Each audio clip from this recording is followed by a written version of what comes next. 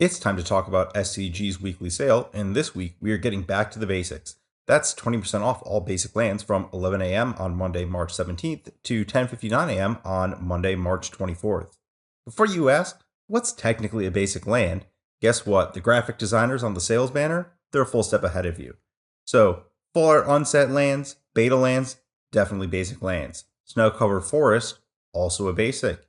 Some white border jank, especially basic. And this week, I'm here to remind you that Waste is also a basic land, whether you just want to get the Oath of the Gatewatch ones with the new borders, or whether you want to get the new Timespell Remastered one with the old border.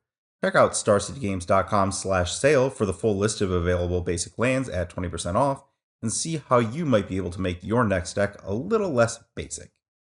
This week's Dominaria's Judgment is also brought to you by Coalesce Apparel, the #1 store for Magic the Gathering inspired apparel. Take a look at their t-shirts, hoodies, stickers, and just general stylings at coalesceapparel.shop. Then use gift code SCG at checkout to save 10% on your entire order. And seriously, I want to emphasize that sticker part. Shirts are cool, but you can send a targeted message with a sticker. Slap it on your deck box if it matches your commander, or if you really want to get inventive, find a way to slap the 3x4 sticker on your 2.5x3.5 Magic card, maybe with a sleeve, maybe with a hard case. You're inventive people, you'll find a way to make it work. So, take a look at coalesceapparel.shop, check out their product lines like Wooburg Forever and Ravnica University, and see what catches your eye. Remember, use gift code SCG at checkout to save 10%. Coalesce Apparel and Design. No one made what they wanted, so they made it themselves.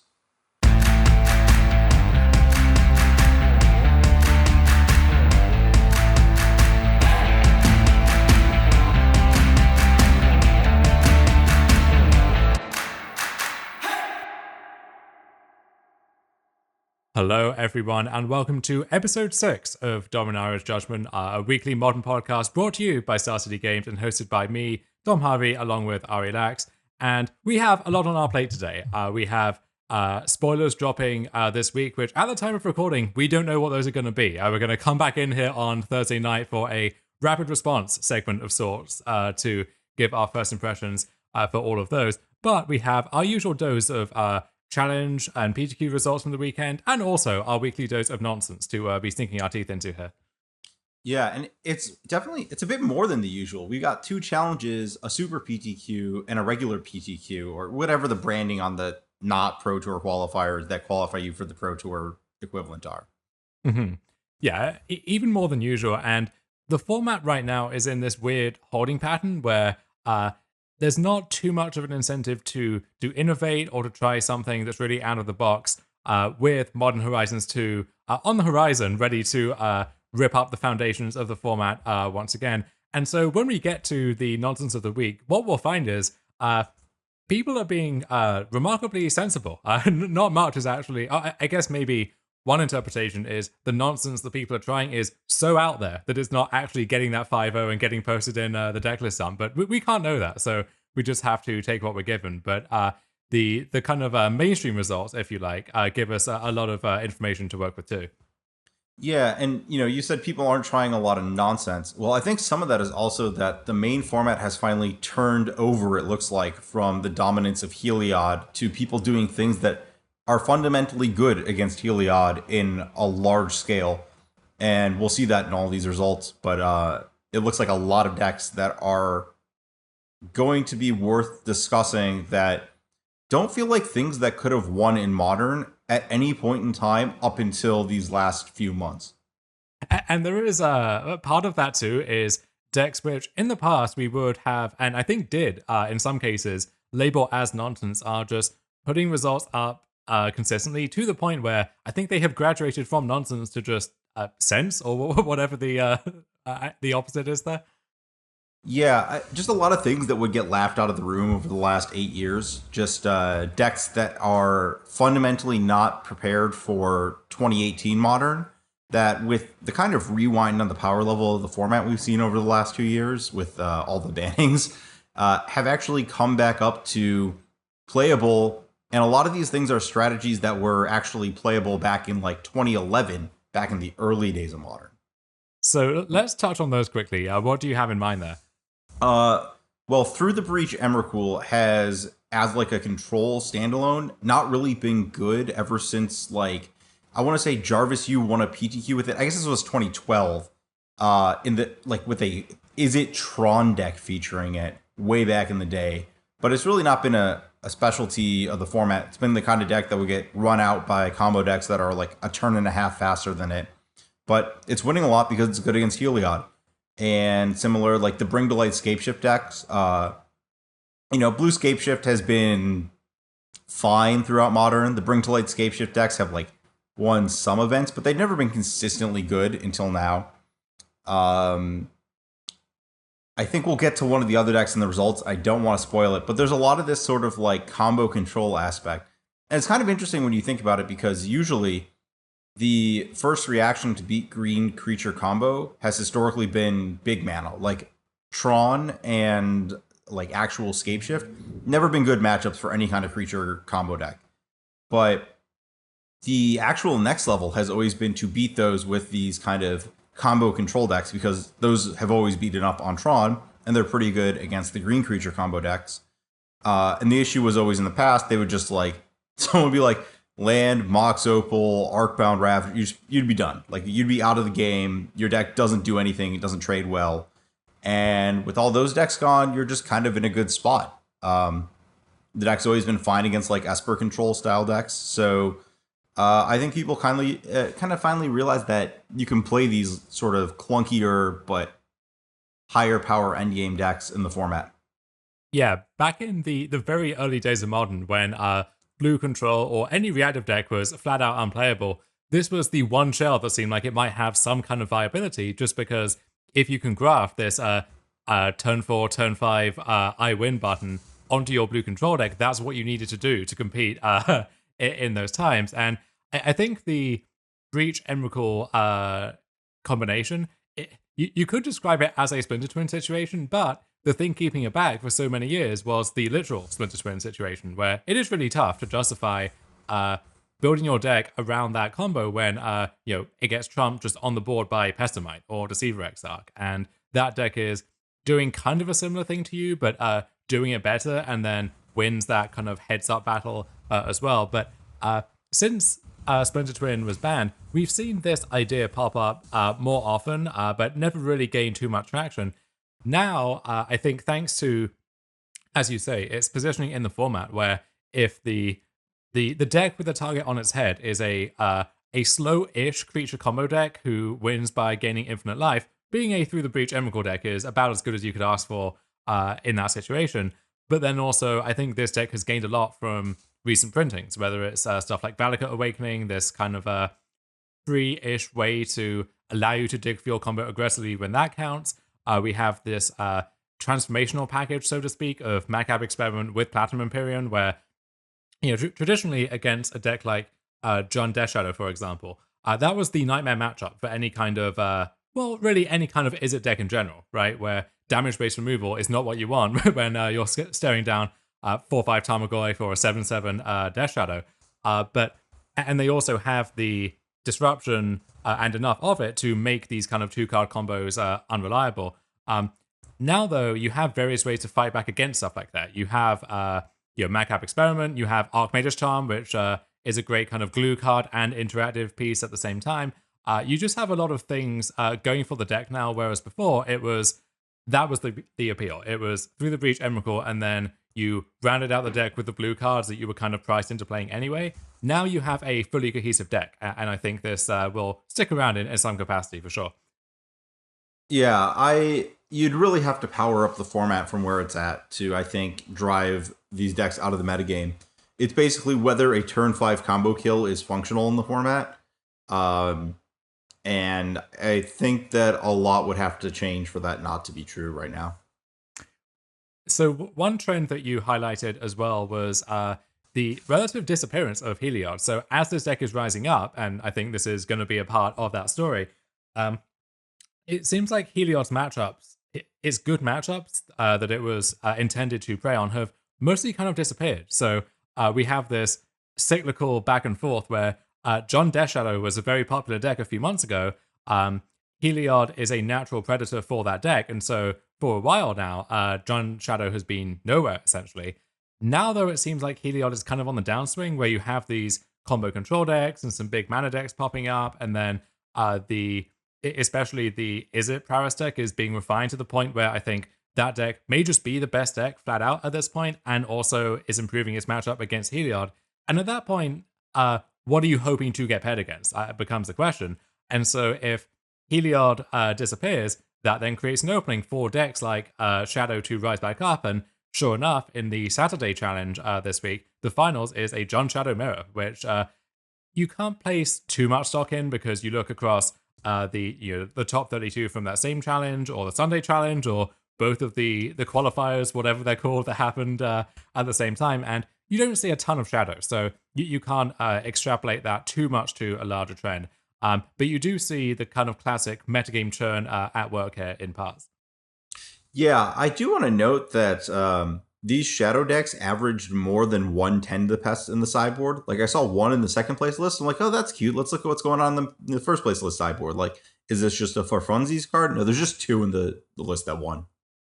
And I don't know if this is stock yet. I don't know who the Matt Dilks equivalent is for John Shadow, who gets to make that ruling. But I think the logic behind this card is that if you go up against a deck like Esper Control, or really anything with a giant pile of removal spells, you don't have the same gambit that you used to have in this deck of stuff like Lingering Souls or Ranger of Eos, where you had this thing which let you grind through a steady stream of point removal.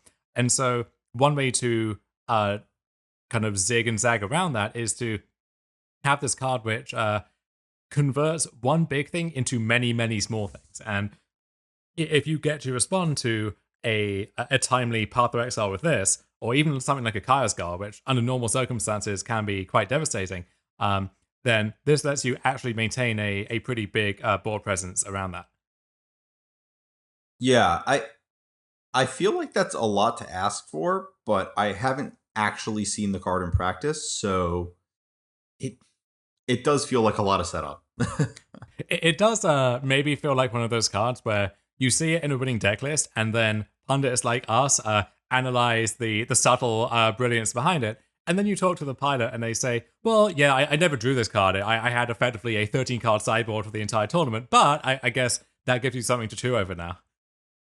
Yeah, I cannot say I endorse it, but I'm not going to stop you from trying it.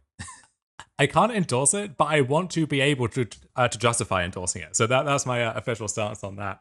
But I think John Shadow, for this week, you and I and some of our colleagues over at Star City Games will be giving our recommendations for the modern what we play. And I think my answer might end up being John Shadow. I think it's the natural response to both Heliod dying down, but also, as I say, if you get paired against these combo control decks, John Shadow has the natural recipe that lines up well against those.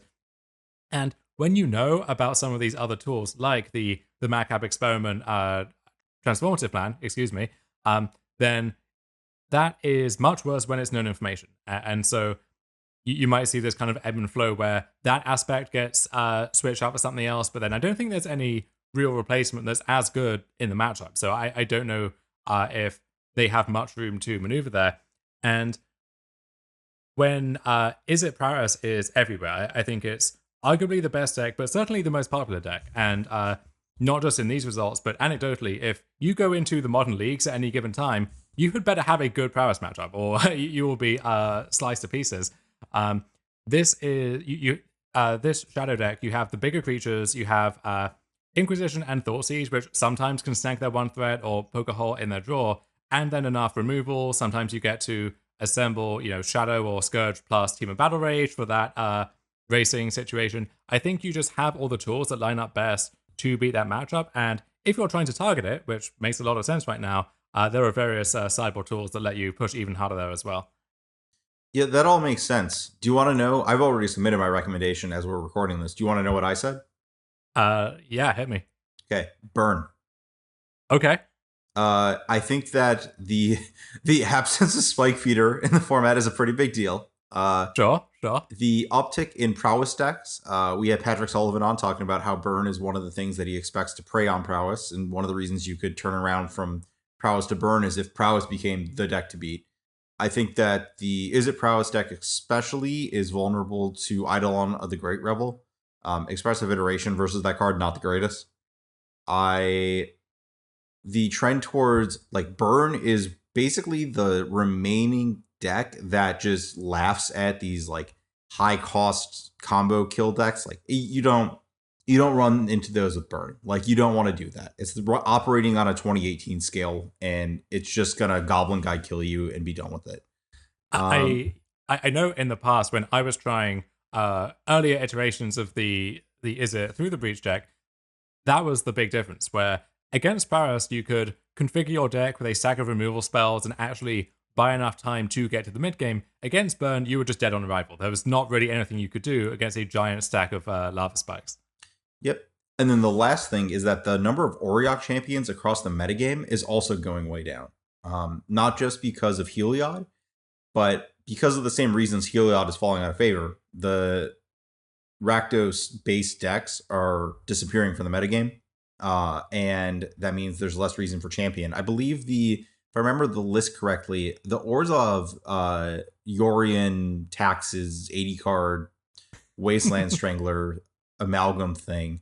I don't think that deck played that card. It played Wall of Omens and Charming Prince. And it also, some of the lists had 2 Auriok champion on the sideboard, but it's 80 cards. You're just like, what does that even do? Like, anyways. Also, not nearly as many creeping shields as we were expecting in week 1 of this format. Yeah, the dredge matchup for burn is a wash. It's gone. Just forget about it. There's not a lot of Dragon's Claws because they're bad against Prowess. There's not a lot of Core Firewalkers because people are playing blue Prowess. I think it's like, this is like your one moment to show up with a burn deck. It's not going to last long. The window is pretty small these days, but it's a really good window. And I think if you don't play burn, which was it did top 8 in this challenge we're talking about, the Double John Shadow one, I would be looking at the deck that won the Sunday challenge. That is a variant of Gruul Land Destruction, or Gruul Midrange. However you want to title it. The one that won this challenge is an Obosh list that features Luca, and there's an Emrakul, the Aeon's Torn in it, and you can turn your Wood Elves into an Emrakul. It's abusing the fact that Luca has the weird polymorph text on it, where it's like something bigger and only something bigger. So you get to play with Arbor Elf, Birds of Paradise, a ton of creatures that cost 3, and then you just flip a 3-drop into an Emrakul. It is always nice when the nonsense of the week is also the challenge winner for the week, so it's a good flex for them and also lets us economize a little bit. But yeah, this is a sweet deck, and this maybe occupies the role of Scissors to Izzet Prowess's Rock, where you do not want to get paired against Sprite Dragon and Lava Dart with this deck, but you're pretty happy to get paired against basically anything else. Yeah, this, Blood Moon, it looks really good against Scapeshift. It looks really good against the various, like, Esper control decks, all the Amulet Titans of the format. Like, the Blood Moon effects right now are really well positioned. And, this deck has Magus of the Moon. The more default Gruul list, which did win the Super PTQ, which we'll get to in a moment, has actual Blood Moon. But I think that it's the same metagame space as the Scapeshift and Through the Breach decks. It just happens that, like, Luca is a slightly different win the game style thing, or like Karn, the Great Creator Minus, is a slightly different kind of auto win the game thing. I remember not that long ago, actually, just before the first Modern Horizons, before the kind of Throne of Eldraine, Theros Beyond Death cycle, where you would have these Gruul Land Destruction decks that had to resort to stuff like Inferno Titan, Glorybringer, these really expensive high-end threats, where often what would happen is you would disrupt the opponent in the early game. You would pillage 2 of their lands in a row, or you would, in theory, lock them out with Blood Moon, but because you weren't actually closing the game out, and your card quality in general was so low, often that wouldn't matter. Even though they were hobbled by what you were doing, they would have enough time to recover and find a way out of that bind. Now, though, you get to fill out the deck with just good cards. You have, at the 3-drop slot, Bonecrusher Giant, Seasoned Pyromancer, Clothis, which is just flat out unbeatable for some decks. And I think the Luca twist on this is a recent innovation, but that highlights just how much you're able to lower the curve now, where you get to essentially cap your curve at 3, and you have enough cards that you can justify doing that now. You get to have a high enough density of valid Luca targets that also just play a good game of fair Magic when that's what the Doctor calls for. Yeah, I actually think this deck, if I remember correctly, it has its roots in the full power Obosh days. People just were like, the green and red cards are good enough. We're going to play these with a companion because companions are broken. And it had some reasonable success just because of how focused the format was on like Fatal Push and killing threats that were Luris sized as opposed to Seasoned Pyromancer. Yeah, I don't know if the bench goes deep enough for these Wood Elves that are in this deck, but I would like to believe that that's true because, and it kind of makes sense where if Obosh is artificially constricting your curve to where you have just 1s and just 3s and then some 5s at the top, being able to go 3 into 1 immediately is actually a pretty important sequence some of the time. Yeah, the Wood Elves are questionable to me too, but the auto card pops up with this lovely 8th edition art, which has me, thinking of all the times that it was legal and standard with Wirewood Symbiote, and just good times. So I'm fine leaving it there.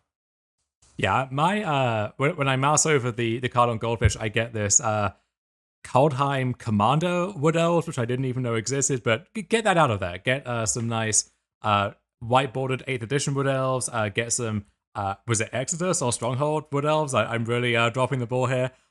Either way, lots of customization available for the fans of the Elf tribe out there. But I think your reasoning for burn does make a lot of sense, and this is where it might be interesting to have some paper tournaments, hopefully again soon, to act as a comparison here, because when you play in paper, there is always a kind of constant floor for how much burn is in any given tournament.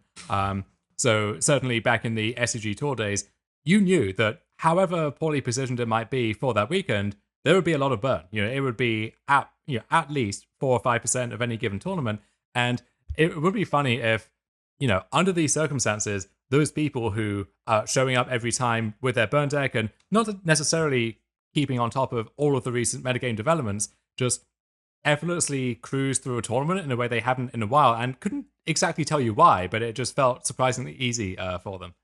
I think you might see the reverse, where because there's 4 to 5% as the burn floor, there's just going to be like 2 cards in people's sideboards that are kind of good against burn, and then you should just not play burn. Is that all it takes to move the needle there? I think it depends on the archetype and the card.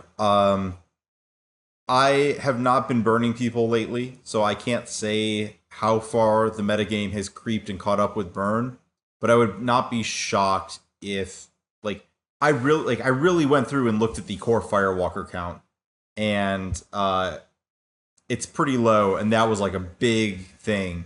And there's enough white decks in the format that could just have core Firewalker that if I was playing in a real life tournament, I would expect to get core Firewalker way more than I should. That makes sense. And turning to the PTQs, or set championship qualifiers, not sure if we even have set championships to look forward to, but that's a discussion for the end of the show, I think. One of them features Musasabi, yet again, just putting up another great finish with Dimir Inverter. And at this point, I don't know if this is a don't try this at home, only one person ever wins with this deck kind of situation, or if Musasabi is once again just massively ahead of his time and we should get on board now so that we look smart when everyone else is doing this a few months from now. I have no clue, but this list has Archmage's Charm right next to Beseech the Queen. And oh yeah, that's some Galaxy Brain deck building. Look, I know we both played a lot of Standard during the 12 Vivid Lands, Reflecting Pool, Filterland days, and let me tell you, there was some load-bearing Sunken Ruins doing a lot of work in those times, and it looks like Musasabi remembers those days fondly as well. Yeah. It's this looks like a fundamentally good deck right now. If we're talking about Scapeshift being good and talking about Through the Breach being good, it's in the same ballpark. Thoughtseize is probably in Inquisition. They probably have gotten a lot better. So yeah, we talked a lot about this deck the last few weeks, and I hope it is good. That's all I can say about it. Absolutely. And hopefully still good after whatever earthquake hits the format with Modern Horizons 2. But the last tournament to cover before we get into that for now is the other PTQ, where in the finals we once again see this Amulet Titan list in the hands of Apriolo 1 with Elvish Reclaimer and Flagstones of Trokehair. And if you look at this player's MTG Goldfish page, you will see they have been playing this deck on and off since last year, putting up some 5-0s in leagues here and there, and top 16, top 32 in a few challenges. Their last 3 results are they won a challenge, then the next week they won another challenge, and now they just won a PTQ.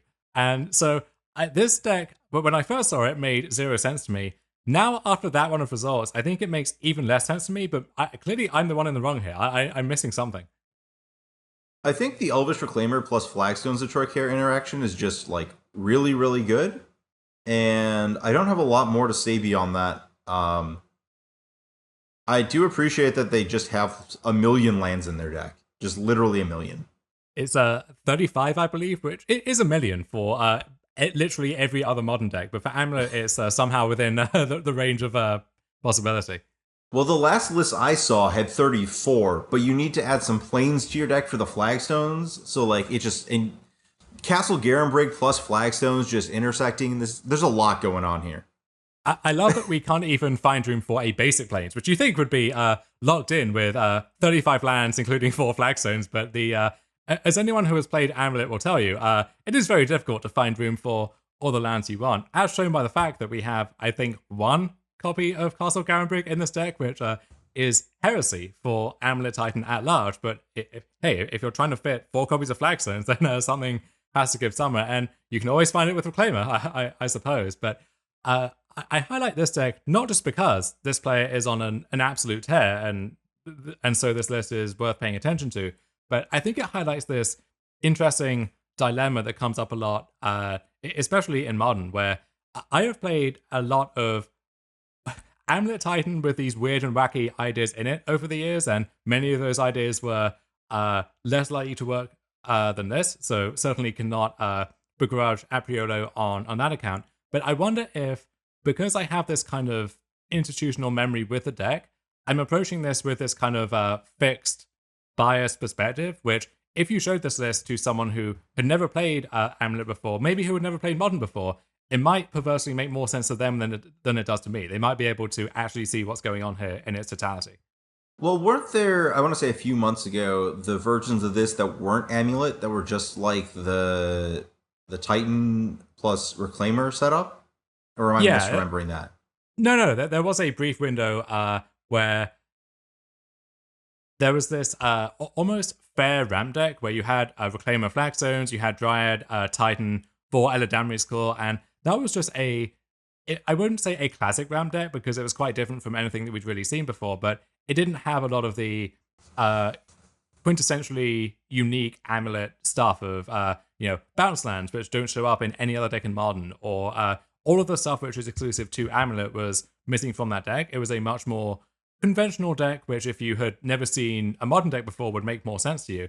And that was mainly a response to the popularity of Ether Gust at the time, where it was much easier to just play a fair game wrapping towards Field of the Dead with Reclaimer adding as a chooser for that card, than it was to have to commit to Primeval Titan early and then just have all your hopes and dreams dashed by an Ether Gust, as well as other stuff like the Shadow decks at the time, being a more consistent but less explosive deck that had Path to Exile, was a much better formula there. So it was a better deck for its time, which vanished completely with the ban of Field of the Dead. And so you kind of get this Frankenstein hybrid deck working its way back into the mix now.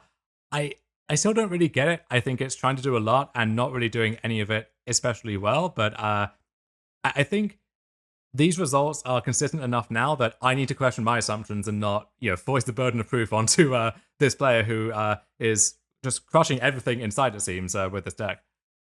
Yeah, I'm interested in trying it. To me, it just feels like it feels like a natural direction that Amulet was already moving, and then they've just kind of taken the next step. So I'm interested to get my hands on it, though I guess there's only so much time to actually test this Right. before everything else occurs. Yeah, it Um, can it can join the queue behind Musasabi's latest inverter list, and God knows what else yes. is showing up here. The one thing that immediately gives me pause is I think this deck is a lot worse against Paris, where you cannot rely on getting to untap with Reclaimer first of all, and if you have to fetch and shock in Temple Garden to cast Reclaimer, you're already playing right into their hands. And very often against Paris, if you don't have exactly Arboreal Grazer, which here only lives in the sideboard, you are quite reliant on a draw powered by Amulet of Vigor to make anything happen. And in this deck, you have 8 bounce lands in total. You have less of the ramp cards that go well with Amulet, so that half of the deck is less consistent as well. So giving up equity there doesn't seem like a good proposition to me right now. But again, I imagine Apriello had to slay many Paris players on their route to not one, not two, but 3 consecutive good finishes there. So that covers everything that stood out to me this week. A lot of deck lists here in both quantity and quality to analyze. Was there anything that jumped out to you that I didn't get to there? Yeah, just a couple of finishes by Golgari Yawgmoth. Actually, it feels like that deck had more results this weekend than Selesnya Company. And I like the deck. I think that if people are trying to exploit the fact that Selesnya Company gives you an arbitrary amount of life, you're pretty good at killing people when you combo. You're pretty resilient against like the janky kind of combo control removal suite. And the big issue for that deck has always been life totals. And the decks that people are playing to exploit the Helia deck having infinite life aren't really attacking your life total. So I think it's all pretty good. I wouldn't mind putting in some more hours with Yawgmoth. How scared would you be of Lava Dart with that deck and all of Lava Dart's partners in crime? Not really. That matchup is, I think you described the Amulet matchup as kind of like you need to do this specific thing to gate the game to the point where you're casting a Titan before you die. It's sort of similar, but instead of like one Arboreal Grazer, your deck has like 12 because all of your Undying creatures just kind of like clog up the board in combat. I'm not going to say the matchup is great, but you have a lot of tools and a lot of things that just kind of stand in the way of their stuff and make them do a bunch of stupid things. So I don't think it's horrific. I don't think it's a reason to not play the deck. And with all of these decks that we're discussing here, there is the implied question now of what do these decks really want to see or not want to see from Modern Horizons 2? And what are the answers there for this Yawgmoth deck? I think that the best thing for the Yawgmoth deck would be a good land to allow it to play Geralt's Messenger and Strangled Rootgeist in the same deck. Phyrexian Tower, let's go. Let's, Yeah, the space is really tight in that deck. It's kind of an issue where, like, because your combo is drawing 2 Undying creatures, you need to play all of your Undying creatures. And I guess seeing a better Undying creature than, like, I don't actually know which one's the best, but, like, a new Undying creature would be cool.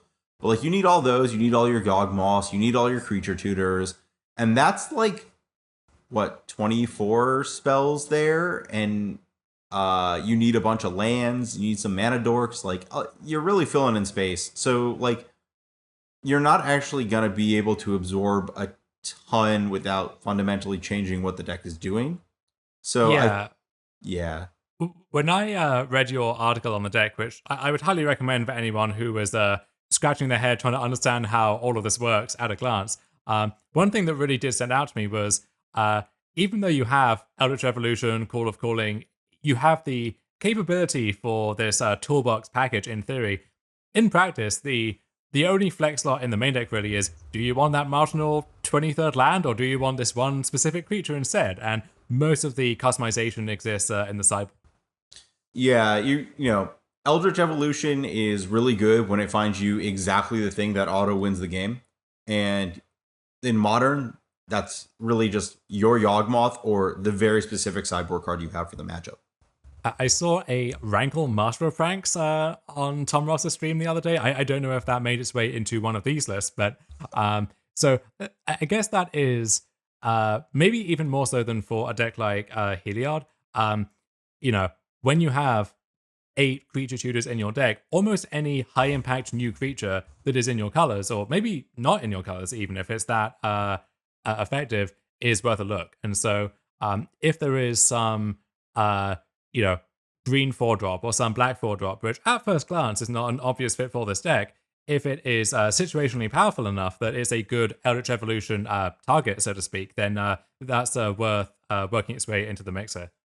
You want the answer to the Rankle question? Yes. Both of the finishes were Tom Ross, and there was a Rankle both times. Hell yeah. And again, I don't know if this is this was a 74 card deck that also happened to have a Rankle, or if Rankle was truly a master of pranks doing a lot of work for him. But I guess we can check the tape on that one. It's a card from Throne of Eldraine, so it's at least got a shot. I do wonder, when all is said and done, does Throne of Eldraine have a higher average hit rate than the first Modern Horizons? That's a good question. Probably not. I think that the problem with Throne of Eldraine is too many of the cards are specific to Throne of Eldraine, whereas the Modern Horizons cards are very deliberately backseated into other synergies that have years and years of established stuff. Whereas Trail of Crumbs ain't gonna go anywhere. Yeah, we haven't seen Edgewall Innkeeper in Modern yet, but never say never. Let's not rule anything out. And hey, if there's a place to put some incredibly pushed new adventure card, this is it, right? Possibly. Looking at the Mark Rosewater teasers, I think it looks like more of the kind of place where they put a new Chub Toad. Okay, I'm in for that too. That is, I'm almost certain that is the A-Frog 26 years in the making, because Ice Age was released in 1995, and Chub Toad is iconic. We should touch on that teaser quickly, because this is normally one of the most fun parts of any preview season, is Mark Rosewater give this teaser on his blog where he lists some of the excerpts from rules text that appear in the set, which often get your mind whirring as to how that could possibly be on a card, and then also some big picture stuff that you can expect to see in the set.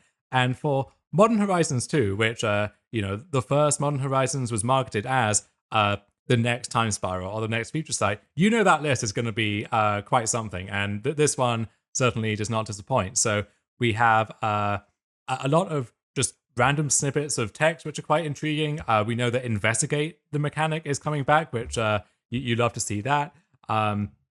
A lot of weird and wacky stuff, which I'm sure we'll analyze here in future episodes. But one thing that we see at the end is this list of mechanics where we don't know the mechanics themselves, but we know how many letters are in those words. So people are doing their best to kind of solve that equation and to figure out what those could possibly be. And I think Jumpstart has been confirmed, and there are a few which could only be one of a few possible things. So there are just not that many 12-letter words or 15-letter words in Magic, and once you narrow those down, the possibilities speak for themselves.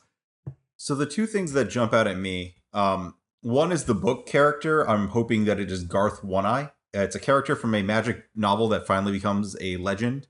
Garth One-Eye is from the original Arena book, which I don't want to say it's the number one piece of Magic fiction, but it's certainly top 5. To dive into a completely different topic, I think the two other contenders are some stuff from the Urza's block and the Promised End short story that capped off Eldritch Moon.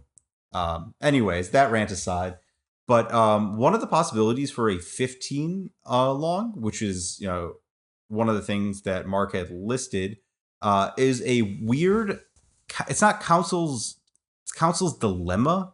It's one of the weird multiplayer mechanics, but it's kind of like the right implementation of Punisher. And let me actually look this up so I know what is going on with it. But it's the kind of thing where it's this is a commander mechanic that would make perfect sense to put into a normal set.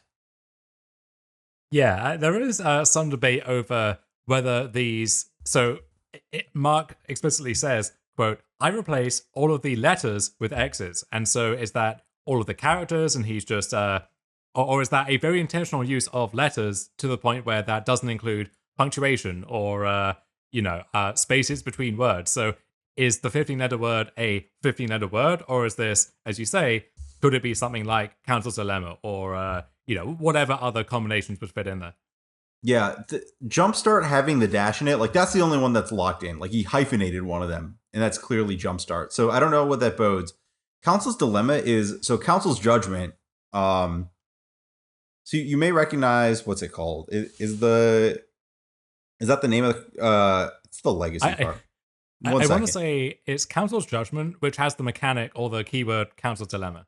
No, Council's Judgment has Will of the Council. That's what it is. Oh God.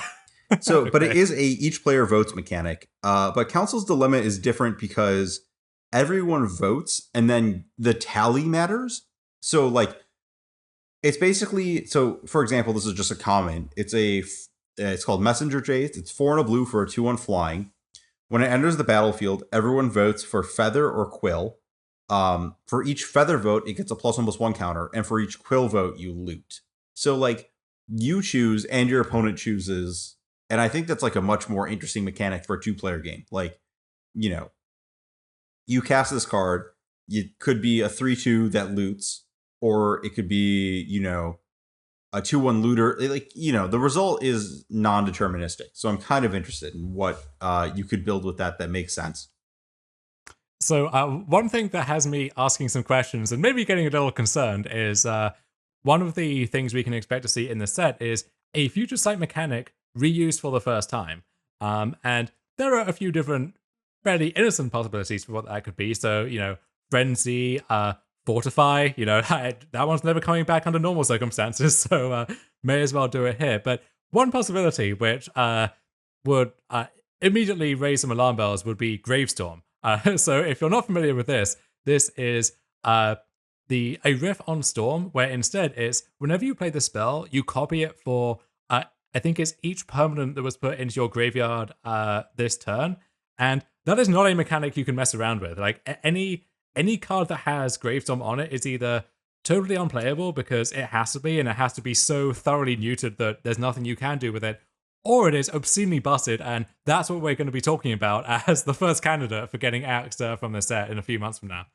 Yeah, I cannot imagine them being like, fetch lands are in this format, let's print more Gravestorm. But I can't imagine them being like, let's put Frenzy on, like, I don't know.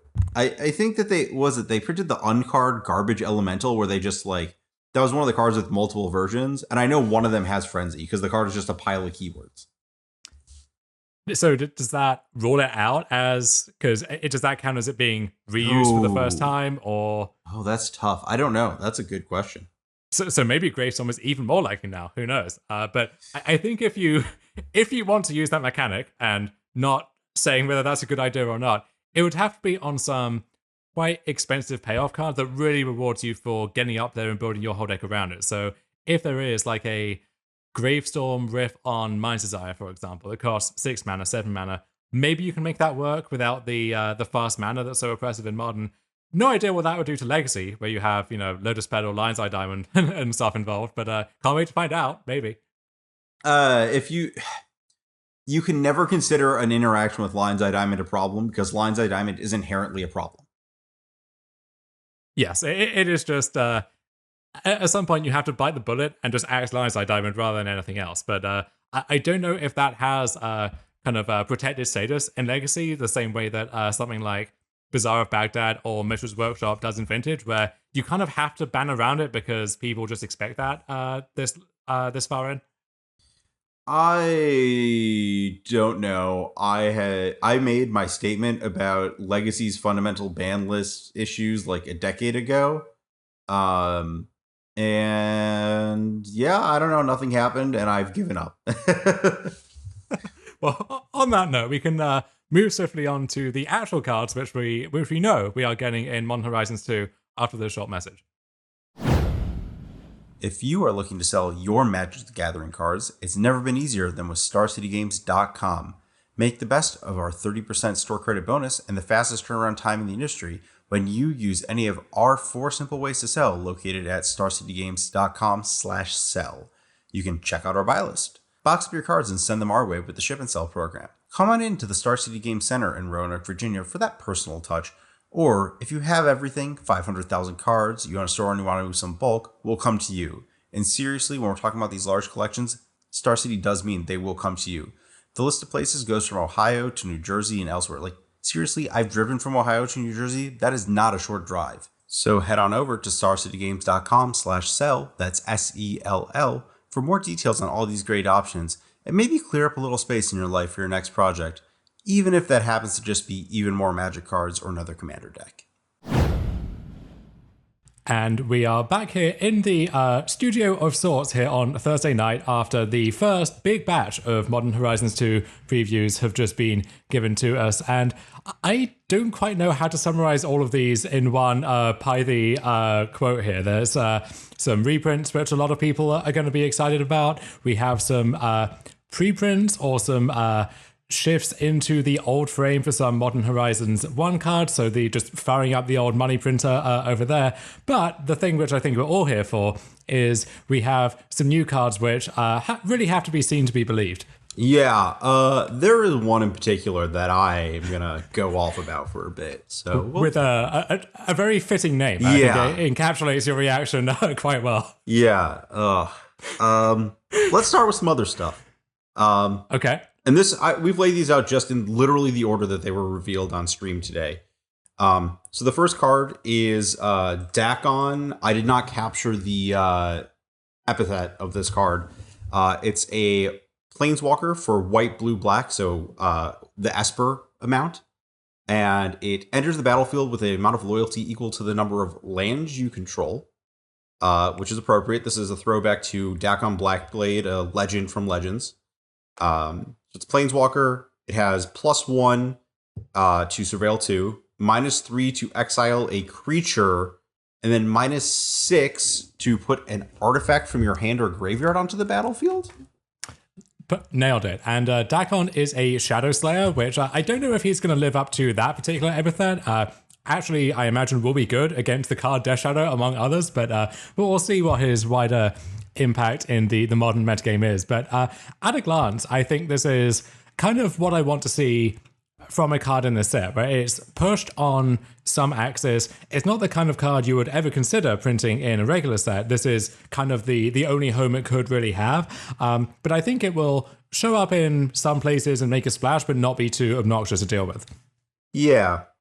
It reads a lot like a card that is supposed to be like the sort of Kaya's Guile 3-mana removal spell with upside vein, where like you play it at 4 lands, exile a creature, and then it sticks around to Surveil 2. And Surveil 2 every turn is quite powerful. I'm trying to remember if Scry 2 was ever a Planeswalker ability. I want to say that maybe Nissa Steward of Elements had that. Yes. Or there have been, I think, maybe several blue-green Planeswalkers that are various, are in that space to varying degrees or another. But Surveil just a straight upgrade over Scry for the most part. And when you consciously put a card in your deck, which you know has Surveil, I imagine you're going to be finding ways to work some graveyard interactions in there. So I don't think this is the thing that is going to bring Lingering Souls back to Modern, for example, but something like that maybe could work its way into the rotation. And of course, that +1 ability naturally builds towards the ultimate, the -6, where you can put an artifact card from your hand or your graveyard onto the battlefield. And I know in the past, people have messed around with various like Trash for Treasure style decks, so they thought maybe Goblin Welder opens up some kind of combo reanimator deck in that kind of space. And one of the major limiting factors there has always been just the artifacts aren't very good. And I don't know if something is going to come along to change that in this Modern Horizons set, but it wouldn't surprise me. So maybe Daakon is going to be not just a weird, quirky value engine, but the actual centerpiece of some kind of combo control deck after the set drops. I think the two best things that come to mind immediately are Sundering Titan and Possessed Portal, and I guess Inkwell Leviathan. And it's like sort of interesting that you can wait till you have 6 lands, then play Daakon as this like pseudo. It's playing the role of like show and tell when you like cast show and tell, and then they have to counter your show and tell, but then you had like mana up because your thing was a show and tell and not something more expensive. But overall, I'm just kind of like not really too about that artifact ability. I'm just kind of into this as like surveil and exile a creature. And it feels like if you're like getting to the point you're activating that artifact ability, like, you know, it probably was better off like killing a creature or surveilling. Those feel like more impactful abilities than something that doesn't actually generate a card without work, without putting bad cards in your deck. I love that you just fire off Possess Portal as if that's a card that everyone is going to know off the top of their heads without any further explanation there. But yeah, I agree. That's basically the cream of the crop as far as these artifacts that you only ever want to cheat out are concerned. And it may be that the entire ultimate here is a case of additive distraction almost, where most of the value is tied up in those first two abilities, and this is a kind of marginal thing which may be, like, let's say you have some Esper Stoneblade deck, and sometimes you draw your Battle Skull, or your Battle Skull gets discarded, and in the late game, this is a kind of Battle Skull plus with all of these other abilities, because it's worth noting that that loyalty clause, where the number of counters it comes in with is equal to the number of lands you control. What that means is we've seen some Planeswalkers where you have to put the mana in to get that return out. So Nico Eris from Coldheim would be a good example where, yeah, you can cast that as a 3-drop, or you can cast it as an 8-drop, and so the value that you get back scales in proportion to that. But with Daakon, it scales over time, but you don't have to sink any more mana into it. So if it's a long, grindy game where you and your opponent both have 6 or 7 lands in play and you draw this, you can just activate the ultimate right away. And, if that means casting Daakon and then defending it with some, kind of interaction, or casting Daakon and another spell on the same turn, then you get to do that. So this is a 3-mana card, which scales in a similar way to some other cards, but does it in a much more appealing way than any of those. Yeah, I guess thinking a little more, the one thing that makes me interested in this is Thopter Foundry. Lining up in these colors. I will also say that Possess Portal, anyone who listened to the Receivables this week talk about Fifth Dawn should know about Possess Portal existing. And if you don't, it's your choice whether you want that nugget of information downloaded into your brain or not. It's quite the worm.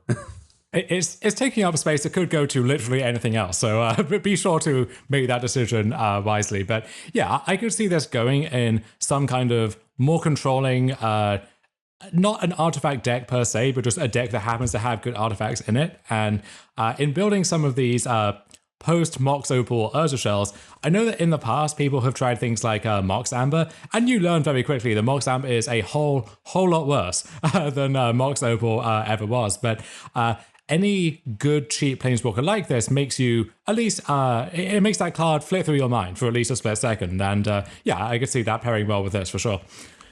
Yeah, the actual full-on adding Esper off of Amber is pretty good. Yeah, that means you can set up, whether it's Fatal Push, Path to Exile, maybe something like a Mythical Dispute or Metallic Rebuke in a post-sideboard game. So it's an interaction to watch out for. I don't think this one is going to single-handedly drag Urza or Thopter Foundry back into Modern, but just a nice tool for those decks to have access to. Yeah, and like Dom said, lean control more than lean artifacts with this card. Absolutely. So let's move on to a reimagining of an older card here, a much more explicit callback. This is Timeless Dragon. This is 3 white for a 5/5 flying dragon. It has plane cycling too, so you can discard the card to search your library for a planes card. And these days, in the standard legal sets, you most often see, search your library for a basic forest or a basic planes or something like that. This is just plane cycling, so you can get a triome with this, most notably, if you have, the Eldraine cycle of if you really want to find idyllic range, then this lets you do that too. So much more flexible in those terms. And then it also has Eternalized 2 white. So this is a mechanic from Arrow of Devastation where you pay that cost. So 4 mana in this case, you exile the card from your graveyard and you create a token that's a copy of that card, except it's a 4/4 black zombie dragon. So this sets up its own natural curve of plane cycling this and then eternalize this when you have 4 mana. There's a weird kind of aesthetic discontinuity here where you might think you're cycling this 5/5 and then you eternalize it to shrink it into a 4/4, so there's some kind of stuff to keep track of there. And then as Chris Casper Rappel pointed out on Twitter, they posted the eternalized token with this card side by side, and even though it's a copy of the card, it doesn't have plane cycling on it, so not quite sure what happened to that line of text. It has an ability, so the Maraganda Petroglyph joke is off the table, but yeah, that is... I don't know if there's cards that care about permanence you control with cycling, but, I know you've been around the block for some of those Modo bugs where, like, a token could end up in your hand somehow, and maybe this helps to hedge against that. Yeah. I don't know. What do you feel about this card? This card, I don't think will show up really anywhere in Modern, but I love that it exists. You know, this is the kind of like this is a automatic for me for Cube, for example, and I'm sure that over on the 540, Justin and Ryan will have a blast dissecting this when all is said and done. But again, the kind of card which maybe you would see in a Commander product under different circumstances. If there was an Arrow of Devastation Commander deck, maybe this would show up there. But otherwise, if you just want to revisit some of that old design space and have an excuse to print some cards with Eternalize again, which when you're going to get to do that otherwise, this set lets you do that. And so I think this card falls squarely in that bucket, but I love that it exists. Yeah, I'm kind of the same opinion. I think that in Modern, like, it is not embarrassing to cast this as a 5-mana 5/5 flying that will flash back as a 4/4 flying. It's not embarrassing to plane cycle it, but it's not good. The best thing you could probably do is include this in your deck with those as backups to like it ending up in your graveyard in some other incidental way that gives you basically drawing a free 4/4 flying. I don't know what that would be because a lot of you don't want to be like a dedicated graveyard deck because this is worse than all the dedicated graveyard stuff. It's just kind of like if you built like a blue-white control deck that wanted to play Thought Scour, maybe you could play this, but I think that's asking a lot. I think the most likely use case is if there's some other incentive to color shift your blue living end deck to the point where white is a heavier component, and then this is a card which can act as a threat by itself while also being, you know, self-binning, making sure you have your third land drop, which sometimes is easier said than done in your, you know, 19, 20 land living end deck. So I think that's the most likely application for it. Or if there's some other reason to want to have just any creature in your graveyard. So I'm not sure what the Timeless Dragon Traverse the Uvenwald deck looks like, but there are other cards in the set maybe which are pushing Traverse into dangerous territory again, which we'll get to in a little bit. The one other thing which I imagine this will be a recurring theme as these spoilers start to unfold is there is a potential legacy application with Standstill, where we've seen various like Blue-White Miracles decks with Standstill and Shark Typhoon, notably, and this is some kind of redundancy on that effect. And you would think that would not be relevant to Modern, but then you start to wonder, maybe Standstill is the kind of card which they could, one of these high-profile reprints that could make its way into Modern for the first time. So always worth having that context from older formats just to see what works there, and sometimes you might just get that interaction directly ported into the format now. Yeah, I do like your point about Ardent Plea lining up with this card very well. But you did just say the word ported, so it's probably time to move on to our next card. Nice. So this is Richardon Dockhand. This is blue for a 1/2 Merfolk with Island Walk, and it has 1 and tap to tap target land. So is this the time for Merfolk to make a glorious return to Modern if it was ever there in the first place, Ari? Well, the second toughness on this is a big deal, as it's always on these stupid cards. It's just like, oh, Deathrite Shaman. If this was a 1/1, it would be less of an issue. But the second toughness has me looking at this a little more in depth. This is not Rashad Import. The opportunity cost on Rashad Import being so low is a big part of the card there. And this like costs you a card as a like. If you aren't activating Rashad Import, it just taps for mana and you move on with your life. If you're not activating this, you've made a 1/2 Island Walk, which is not the greatest. Yeah, I don't think you're putting this in any deck just to be a Rashad Import. You're putting this in your deck because it is a good, cheap Merfolk, and that's something which I guess exactly one deck in Modern has been crying out for a long time, because the limiting factor on that deck was never the lack of good 2-drops or 3-drops or any other spot on the curve. It was always you want to have this curve of 1 into 2 and then going up from there. And especially in a deck which relies on its Lord effects, right? That is the draw to Merfolk, is you get Master of the Pearl Trident and Lord of Atlantis. And there's the blue-green one. I want to say the Mistbinder. Let's put my chips in the middle on that one from Ixalan. And so you have all of these Lord effects, and those get much more effective when you already have material on the battlefield. But the issue before was, Cursed Character has not aged especially well as a card. Mausoleum Wanderer is just about plausible in the Spirits decks, but even there, it's on shaky ground sometimes. And then beyond that, there just aren't that many good options. This is a good option now. And so that might be finally the missing piece. Also, when your deck is so 2-drop heavy, there is a natural curve of this on 1 into a 2-drop into another 2-drop, and then having 1 mana left over on turn 3, and so you can use that here. Also, that deck really wants Mutavault, but Mutavault is just really bad at casting spells, and so having a use for excess colorless mana is pretty nice in Merfolk as well. Yeah, the part where this does cost you only 1 mana to port, as opposed to port effectively costing 2 because it taps itself and is a land, is kind of interesting. I am thinking about like non-Merfolk applications, and if you could construct some like Giver of Runes plus this deck that wants this, but I think that's probably a struggle. Yeah, the only ones that jump out to me are if you want good 1-drops for ninjutsu, like if you have some ingenious infiltrator deck based around that maybe, or the other thing is stuff like Chief Engineer, Grand Architect, where you really want good blue 1-drops, but again, even when you lift that tribal restriction, there just aren't that many good offerings out there. So if that's a case where, again, you kind of care more about the body than you do about the actual type line. Yeah, I will note that looking at the type line, it's kind of weird that Rishadan Dockhand is like out there performing a job. Like, this is probably a Merfolk that gets paid for its duties, and it just doesn't have a job type in its type line. It just is a Merfolk. Yeah. I don't know what this one's CV will look like, but maybe in a few months it will have quite a few good tournament finishes to its name that it could embellish that resume with. Yeah,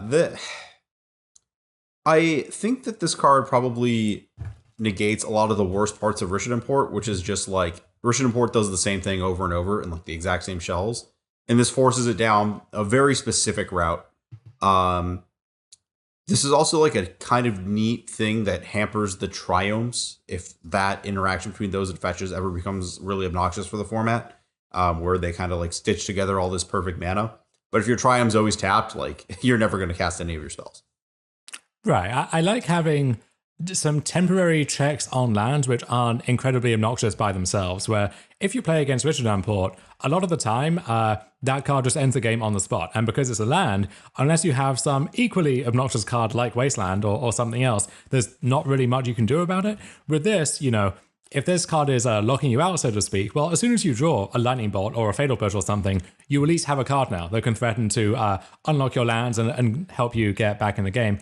And I think it's good that, this can lock down a Nurse's Tower for a turn or a Simic Growth Chamber or something without having that same kind of feast or famine play pattern where either you draw this card and they don't get to cast any spells anymore ever again, or you don't and you're hopelessly behind and there's nothing you can do. It kind of helps to bridge that gap a little bit. Yeah, also, like, this creates some interesting tension with your selection of sweepers. Like, this card makes you want to select specifically for 3-cost sweepers over 4-cost, or specifically select for not Supreme Verdict, just because of the white-blue being kind of difficult to report sometimes. Yeah, I do wonder as well if with this second toughness, we have both gone on at length about how obnoxious Plague Engineer is for Modern, where if you're trying to push these tribal decks, then any kind of marginal tribal deck really takes a brutal beatdown from Plague Engineer. I wonder if we're going to see a lot of these tribal enablers, so to speak, that have that incidental second toughness where it maybe doesn't strictly need to be there, but with a nod to that card in mind. I hope so. I really do hope so. If you're trying to make tribal decks work, you got to go down that road. Yeah, there was a poll that Canister tweeted out as, with his usual kind of mischievous disposition a few days ago asking, is Playing Engineer fun? Is it good? Is it a well-designed card? And there was a shockingly high percentage of people answering yes. And I get that if you are the one casting Playing Engineer and watching your opponent's entire board disappear at the drop of a hat, that is fun. And maybe you could trick yourself into thinking that is well-designed. But if you step back from that for a moment with any kind of detachment, I'm not sure how you get to concluding that it is a good design on balance. Yeah. Let's move on to the mistakes of this set, maybe. Okay. But where should we head next? There's only one place. If we're gonna go from these interesting discussions to like the discussion of the thing that is the most likely to be over the line, we should talk about grief.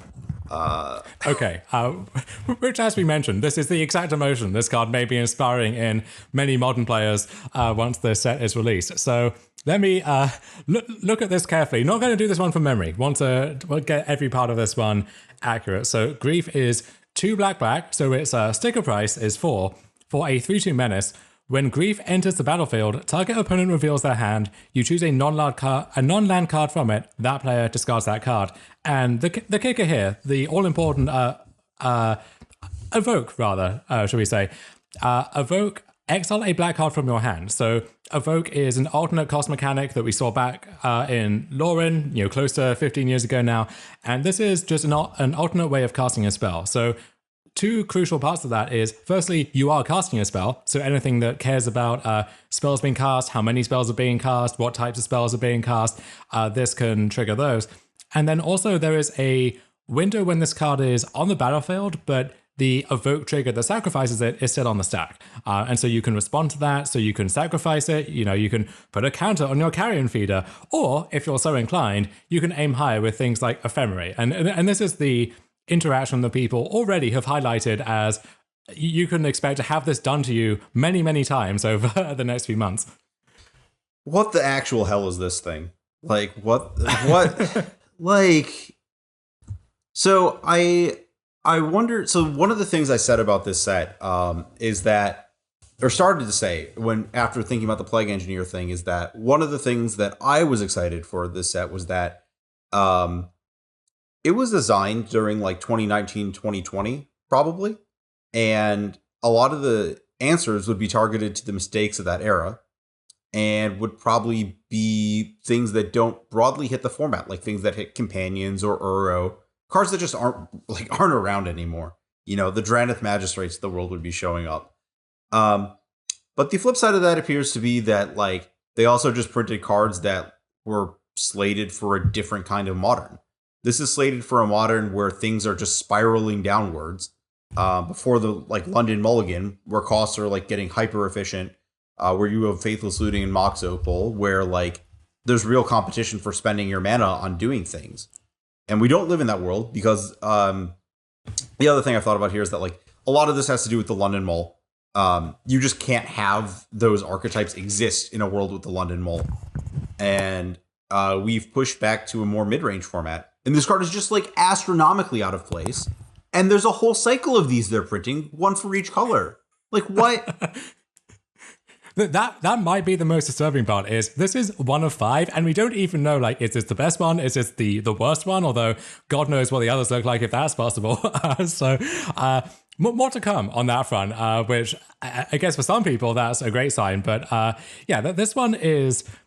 I think this would have been so much better in many of the modern formats that we've had in the past than it would be in modern currently, where for the most part, games can go longer and grindy decks are better than they ever have been. And this is not really a great card either in grindy decks or against grindy decks for the most part, unless this is in some kind of very linear proactive deck where having an unmask effectively, for those of you with legacy experience, you can't discard your own Grizzlebrand with this, which was maybe the primary use case in legacy, but you definitely can make sure the coast is clear for whatever nonsense thing you're about to unleash on your opponent, and you can do it for free. So you do need a certain density of black cards in your deck for that to be possible, and so that does restrict where this can show up. But this is...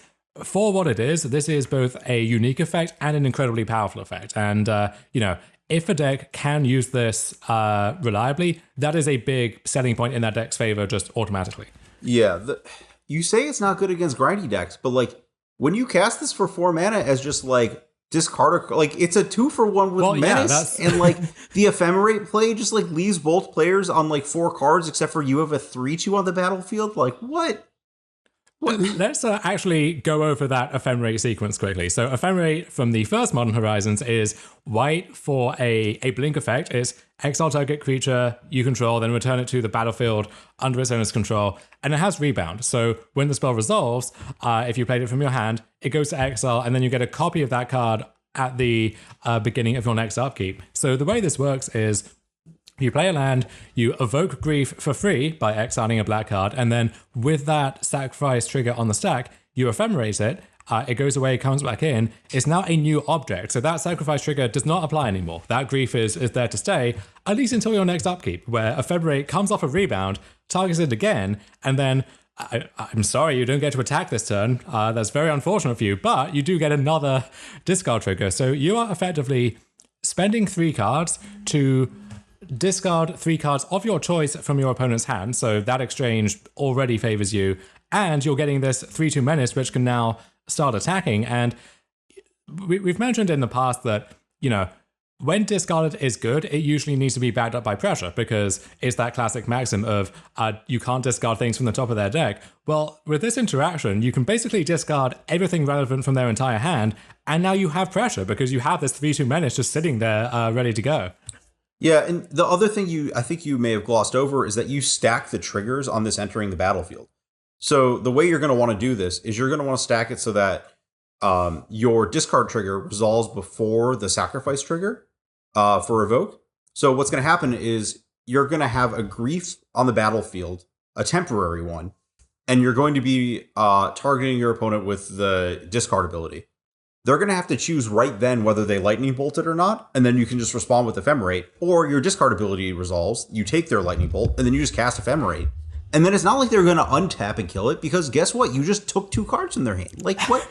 What the? There's no way to, like... Yeah, the main vector of interaction that can deal with this on the first turn, which is when this can happen, just no longer applies anymore. And lest we forget, if you are on the play, Lightning Bolt is too expensive. That one is a whole 100% too expensive to even possibly get to interact with this combo. So yeah, it is truly wild. And so the other big combo that I expect to see here is I mentioned that Evoke casts a spell. It's not like you smuggle this into play via other means. You are casting the spell, which means this triggers Vengevine. And that's something which, until 2019 Modern, was never really something you had to be too scared of. Post 2019 Modern and the Hogak era, I think we all have some kind of lingering trauma from that time.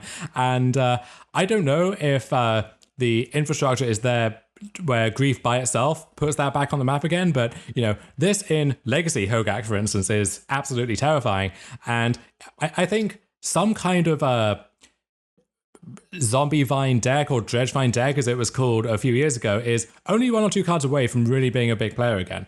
So I'm living in fear of that now as well. Yeah, this was the whole joke with Survival and Vengevine back in the day when that was a Legacy deck. It was like, well, which one to ban? Survival's broken. It tutors. It's like, well, Vengevine is also kind of broken. We're just going to let it ride because it's a little less broken.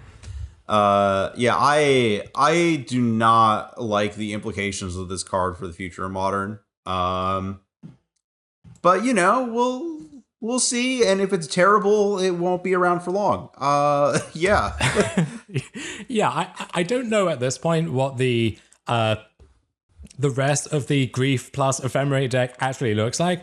But I think that can kind of fill in itself. Like, once you have this this centerpiece that's really appealing to that deck, it doesn't really matter if the rest of it is not quite over the line on its own merits, because this is really raising that tide quite substantially. Would you play Tidehollow Sculler in this deck, or is that just too much discard? Like, are they even going to have cards left to take with Sculler? I do love the fact that you cannot actually exile Wasteland Strangler to this because it has Devoid. But so I guess you have to find other Mopey 3-drops to flicker instead. But there's we mentioned Kaya's Guile as a card which, for this brief window in Modern, has vaulted to the top of the kind of interaction power rankings, and that's going to fit well in this deck. Or maybe the very old school like Black-White Smallpox decks could accommodate some of this stuff somehow. I don't know, but at this point, you don't need to commit to an answer to that question because it kind of answers itself. And there very well may be some other good stuff to flicker in this set in those colors. Who knows? Yeah. I think I'm going to need a break after this one. So we'll kick it over to Ad for a minute and we'll compile ourselves before we move on to cards that are less egregious than this one. Just before we do, I want to touch on 2 decks which might not immediately jump to mind, but I think this card actually is a very big pickup. So the first would be some kind of aggressive Death Shadow deck where the whole conceit of those strategies in the past was like you use your mana so much more efficiently than every other deck in the format, where you're loaded up with 1-drops and your goal is to kill them while they have several cards left in their hand and they barely have any resources to use. And you are happy kind of trading off and downsizing the game because if both of you only have 3 or 4 cards, 1 or 2 lands, that exchange favors the deck that has a 1 mana 7/7 in it, or a 2 mana, God knows how big. And so with Grief, you can clear the way for your turn 2 Scourge of the Skyclaves or whatever at literally 0 cost. 1 mana feels like so much when you consider what Grief can do in that context. And it does compete with Lurrus, so that is a sacrifice you have to make. But you can certainly go back to some kind of old school Street Wraith powered Death Shadow deck where I mentioned Traverse the Overworld before. If you want a free, extra card type in your graveyard now, and sometimes this is the ideal Traverse target, right? Like if you're against a combo deck and you just need to delay them by 1 more turn. So this card could very easily power those shells back up again. And then one which I know you have actually written about recently is the Yawgmoth deck, where there are many times where you have to play Yawgmoth or get Yawgmoth into play somehow, and then you have to short combo essentially. So you're sacrificing some creatures, you're mowing down their battlefield, you're drawing a bunch of cards, but you can't directly kill them on that turn. So you have to pass the turn, hope that nothing too bad happens. With Grief, you just get to draw a bunch of cards, and then if those are Griefs, you can just play the Griefs, take whatever would potentially get them back in the game, and then with the Evoke Trigger on the stack, sacrifice it to Yawgmoth to draw another card, and so you can keep going that way. Also, on the turn that you plan to combo, if you have a Grief, and let's say a redundant Yawgmoth or a Grel's Messenger that you won't be able to cast, you just pitch that, get that dead weight out of the way, take whatever could interact with your Yawgmoth, and then the coast is clear. So lots of homes for this card, which we mentioned the 2 big ones, and that by itself would be scary, a terrifying omen for the future of Modern. But I think just beneath the surface, there are so many other good places to put this as well. Yeah, and we're talking about Yawgmoth. This is also just a great card to find with Eldritch Evolution, and it's just so much. You can, if you're playing some kind of more mid-rangey Jund deck, you can like Colligan's Command this back, or Liliana the Last Hope even, or anything that keys off of creatures this can work well with, including, if you happen to need a creature going to your graveyard for free for Living End, which may or may not be gaining some other tools in this set, who knows, then this does that for you as well. Why? Why? Just why? Everything you say, like, why? That is a common reaction, Ari. I hear that a lot. But in the meantime, if you want to ponder why, dear God, why, you can do that during this short message. What's up, everyone? Justin Parnell here. Along with Ryan Overturf, and we want to tell you about the single best podcast on the SCG network. Well, obviously, Ryan, you're talking about the 540. Indeed I am, and that is the best podcast because we talk about the best format in the history of Magic. Cube Draft? Cube Draft. Every week we go over all things Cube. We're talking about in-depth reviews of brand new cards. The best ways to draft and think about Arena and Magic Online Cube formats, as well as ways to play with your friends, and ways to play with your enemies. Also some ways to make your friends into your enemies. And cardboard takes of a variety of temperatures. So if you're a fan of structured nonsense, or if you hate it, either way, all the same, check out the 540 every week wherever you find your podcasts, and right here on StarCityGames.com. And we are back to go over what hopefully will be some more fair and balanced additions to the Modern format here, fingers crossed. Yeah, I'm actually a pretty big fan of this next one. This is Profane Tutor. It's got no mana cost.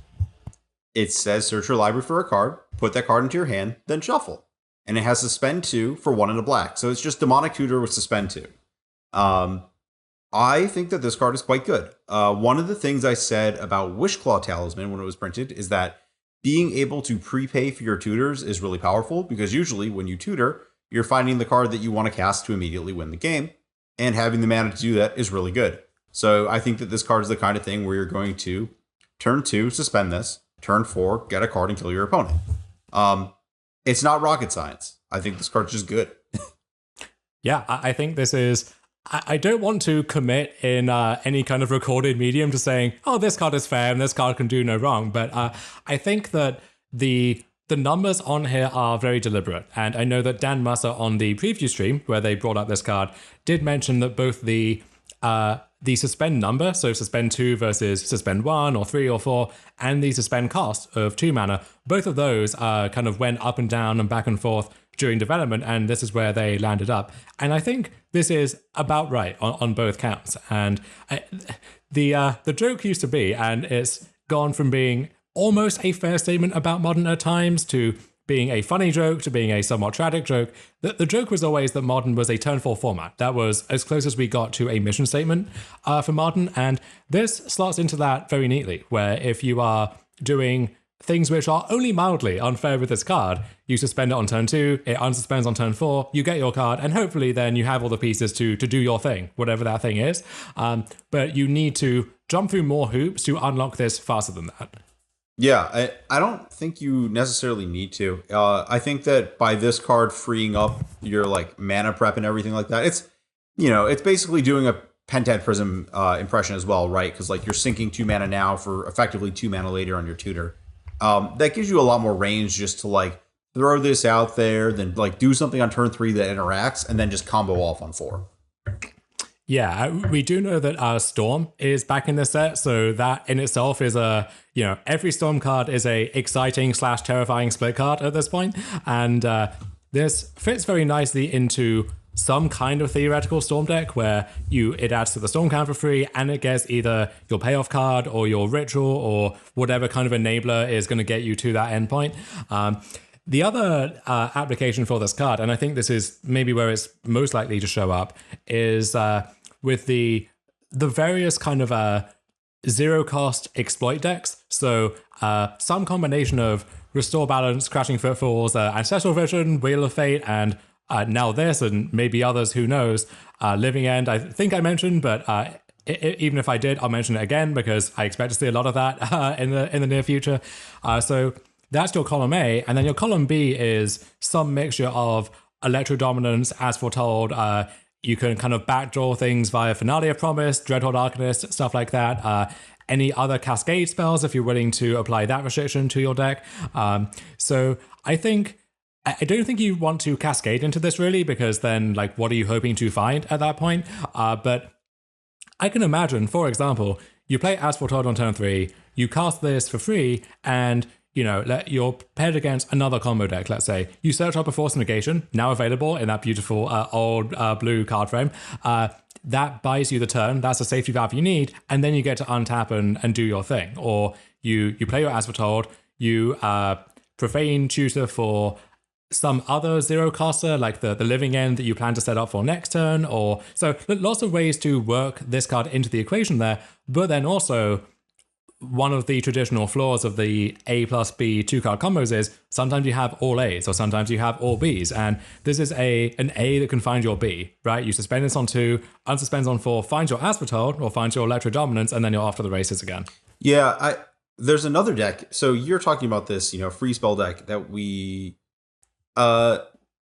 may have some more comments on. This is a hit off Collected Conjuring. Sure is. The other deck is Dimir Inverter. This card seems custom to... I just want to find Thassa's Oracle with this card. I think that's just like the cleanest way to kill. And probably what you're going to end up doing with it a lot of the time. Yeah, I want to find Inverter with this card because that, to me, you have Thassa's Oracle, you have Jace, Reorder of Mysteries, offering some kind of redundancy there, Sherlock Isle sometimes, but Inverter itself was a classic choke point there, and so just having more raw copies of the card Inverter is a big deal, to the extent that we saw Dimir Inverter Innovator Musasabi play Beseecher Queen in his Archmage's Charm deck, just because having that kind of versatility is so important. Yeah, this is probably a little bit of a better fit. Do we want to talk about the next tutor that was previewed? Sure, let's do it. Okay, so this is Unmarked Grave. This is a similar, it's 1 and a black to actually cast. So we're, in the same ballpark of 2 mana for a tutor. It's a sorcery. Search your library for a non-legendary card, put it into your graveyard, then shuffle. So you might recognize this as Entomb that doesn't find Gristlebrand. And that is a crucial constraint to put on the card, because otherwise the main thing it would be doing is finding Grizzlebrand, because Goryo's Vengeance is still legal in the format, and if that clause were not on this card, I don't know how much longer that would be the case. But there's still a lot of other interesting stuff you can do with this. So you can't cast Goryo's Vengeance. You can cast Footsteps of the Goryo, which this is 2 and a black for an arcane sorcery from Saviors of Kamigawa. You're one of the few playable cards in that set. You return target creature from your graveyard to the battlefield. Doesn't gain haste, it just sits there, and then at the end of turn, you sacrifice it. And so there was a very brief window where using that with Protean Hulk in Modern was a somewhat popular thing to do, and maybe this is the exact kind of setup piece that deck needed. I don't know. Yeah, I don't have quite the full list of things that I want to directly tutor to my graveyard in the format. I mean, Life from the Loam is obviously another good one. And from there, you can... I know a Life from the Loam deck was reported to have 4-0'd a prelim this week that had Loam, Seismic Assault, Cling to Dust, Raven's Crime. You can do some stuff there. Any kind of escape, dredge, retrace, flashback. I mean, the list goes on and on, right? Yeah, it is a lot to ask for like a card that just puts you down a card for 2 mana to get started to be great. But I think this card is like still fairly powerful. It's not Entomb, but there's room to work with it. I don't think this is likely to get there with what we have as it stands. I did mention Transfer Treasure before, and you already had Goblin Engineer, which acted as a setup piece for that, but maybe having more redundancy on that side of things pushes that deck a bit. However, Dan Musser did mention that in the Orzhov colors, in white-black, Reanimator is the limited theme for the set, and he did... in discussing this card, phrase things in such a way which implied there would be some modern playable Reanimator effects somewhere in the file. So I think that would have to be at like exactly 3 mana, probably, because 2 mana likely is over the line, whereas I think there's a lot you can do at 3 mana, which isn't too fast and does give people time to react still. There is a card that I could see coming back in the... I don't know, do you want to call it a time-shifted sheet or whatever? The reprint sheet? Sure. And this was one I like as an exercise went back through with my premise of like, well, if everything printed after Mercadian Mass Block was added to Modern, what cards would be egregious? And this was one that I thought was on the borderline and potentially something that if they tested it for this archetype would be sweet. That card is Stitched Together. It is black. Ooh. Yeah, it's from Judgment. Okay. Black. Return target creature card from your graveyard to your hand. Threshold. Return it to the battlefield instead. I think that could be kind of interesting. I think there's room to make 2 mana reanimates in Modern that are not clear-cut egregious. I think that if you were just like, well, what if it was a non-legendary reanimate? You'd have like a turn 2 Tidespout Tyrant just bouncing someone's entire battlefield or something really stupid like that. Yeah. Turn 2 Primeval Titan. I don't quite know where that gets you, but you can piece it together from there.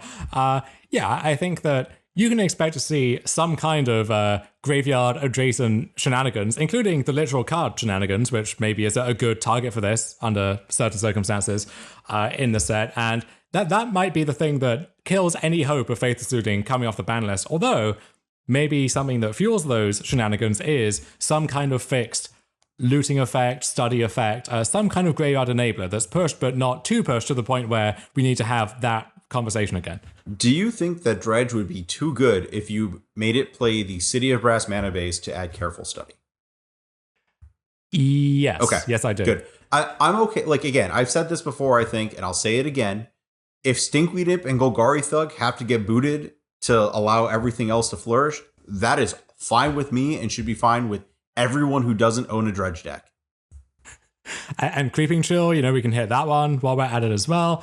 I don't quite know if Arclight Phoenix needs to be on the watch list at that point, but this is kind of the survival Vengevine question, right? Is, yeah, maybe you ban this or you ban this, or maybe you just hit both eventually because, new printings will always boost these up further and further.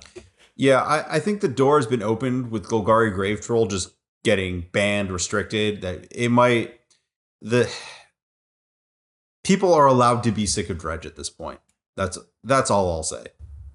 Yeah, even if Dredge is good, bordering on great, but not too good, that still doesn't mean it's a net positive to have in the format where, it reduces games to this binary of, did you decide to register Graveyard Hate on this weekend? Is this the weekend where that gamble pays off, or it doesn't? And then in the game, did I draw my Leyline or my, Ravenous Trap or whatever? And maybe that's not even good enough sometimes. It just doesn't really lead to interesting or satisfying gameplay on either side of that equation. Yeah, the London Mulligan and all the reduced power of every other deck in the format have not made Dredge age well as something that you want to play against. You used to potentially be able to like race them with your powerful deck or like have them fall apart, but like those, it's just too much of like, they're going to do their thing. Good luck, have fun. Mm-hmm. Yeah. On the subject of another dangerous mechanic, Storm is apparently the Gruul theme this set. And they previewed a Mythic that is not a Storm card, but sort of gets to be a Storm card. Yeah, so this is letting me read the novel on a card for this one. This is Thraster Tempest Roar. It costs 10 GG, so bear that cost in mind as we get through the rest of this text here. It's a legendary creature dinosaur. It's a 7/7. It costs 3 less to cast, 3 generic mana, for each other spell cast this turn. So cast by either player is something that jumps out, first of all. It's Trample and Haste, and it has Trample over Planeswalkers. So if you attack a Planeswalker, you deal it lethal damage. Any excess damage goes to that Planeswalker's controller, and Thraster has hexproof as long as it entered the battlefield this turn. So you almost always get one clean attack out of it. Yeah. It is throwing me a lot that the alternate art version of this has the Trample, Planeswalker, Haste, like they're just in a jumbled order. And oh god. Yeah. Just read the version that's actually in the set. Like, it's very important for templating purposes. Don't try to parse the text on the other card. It's not templated well. So let's walk through the math on this. So this is 12 mana to start. The least it will ever cost is 2. I would not pay 9 mana for this. I would not even pay 6 mana for this in Modern. Like, that's a non-starter. So you have to cast three other spells have to be cast. Realistically, you got to be doing it because like you're not bouncing back and forth on this. So to set up a Thrusta, you're like turn 3 going Manamorphose, Mishra's Bauble, Flashback Lava Dart. That's a lot. I think that the effort involved to get this into a castable range is too high, where like if you just literally cast those 3 spells and control the Monastery Swiftspear, it would be about the same. Yeah, I think the one place where this card is meant to show up is with Summoner's Pact, where that is a free spell that finds you your Thraster, and usually your Summoner's Pact deck is casting other spells on that same turn. So I wonder if this card, it says it's a dinosaur, I wonder if it's actually an elf. And I don't mean in the Allosaurus Rider sense, where it's an elf, although 90% of the art is taken up by the dinosaur that the elf is riding. Maybe I do mean it in the Allosaurus Rider sense, because this gains you 12 life off Nourishing Shoal, so maybe that's the thing. Okay. But yeah, that deck is casting several spells in the same turn because it kind of has to. So maybe this works its way in there somehow. But yeah, I think this is, I could see this if like Heritage Druid, for example, or any kind of green engine deck in that kind of vein that has ways to search for creatures, maybe it works its way in. But yeah, I think this card is more of a fun conceptual exercise than it is an actual game changer for the format. Yeah, the other parts holding it back are that it's legendary, so you can't double storm off with this, and the fact that it's just a 7/7. Like, I don't want to say like just a 7/7, but like when you storm off, you're looking for a storm payoff that actually wins the game, and this card does not do that. It takes multiple turns. I do like, so the new hotness, so this actually does line up really well with the Neoform cards, because the new hotness for that deck is Fortifying Draft as the code condition, right? You Nourishing Shoal, you gain a bunch of life, and then you cast that, and you plus whatever. And you can like Thrusta, if you gain any reasonable amount of life off your Nourishing Shoal as one of your spells, that's just lethal. So that's kind of cool. Oh, that actually, yeah. That is interesting.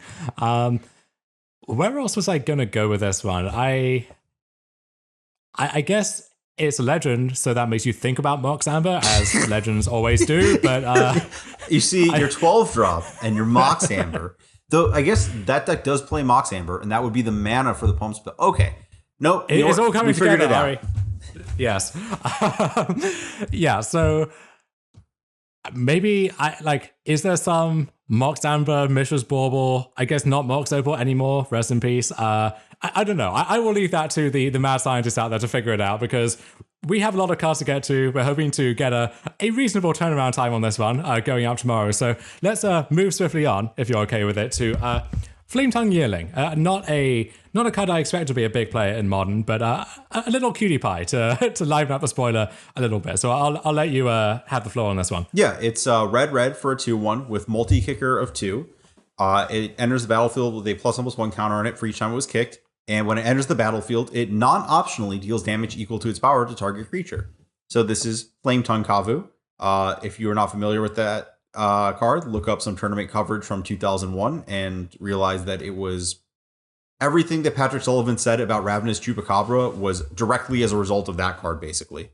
I expect Flametongue Yearling to overperform your expectations. The double red pip for Devotion is going to come up.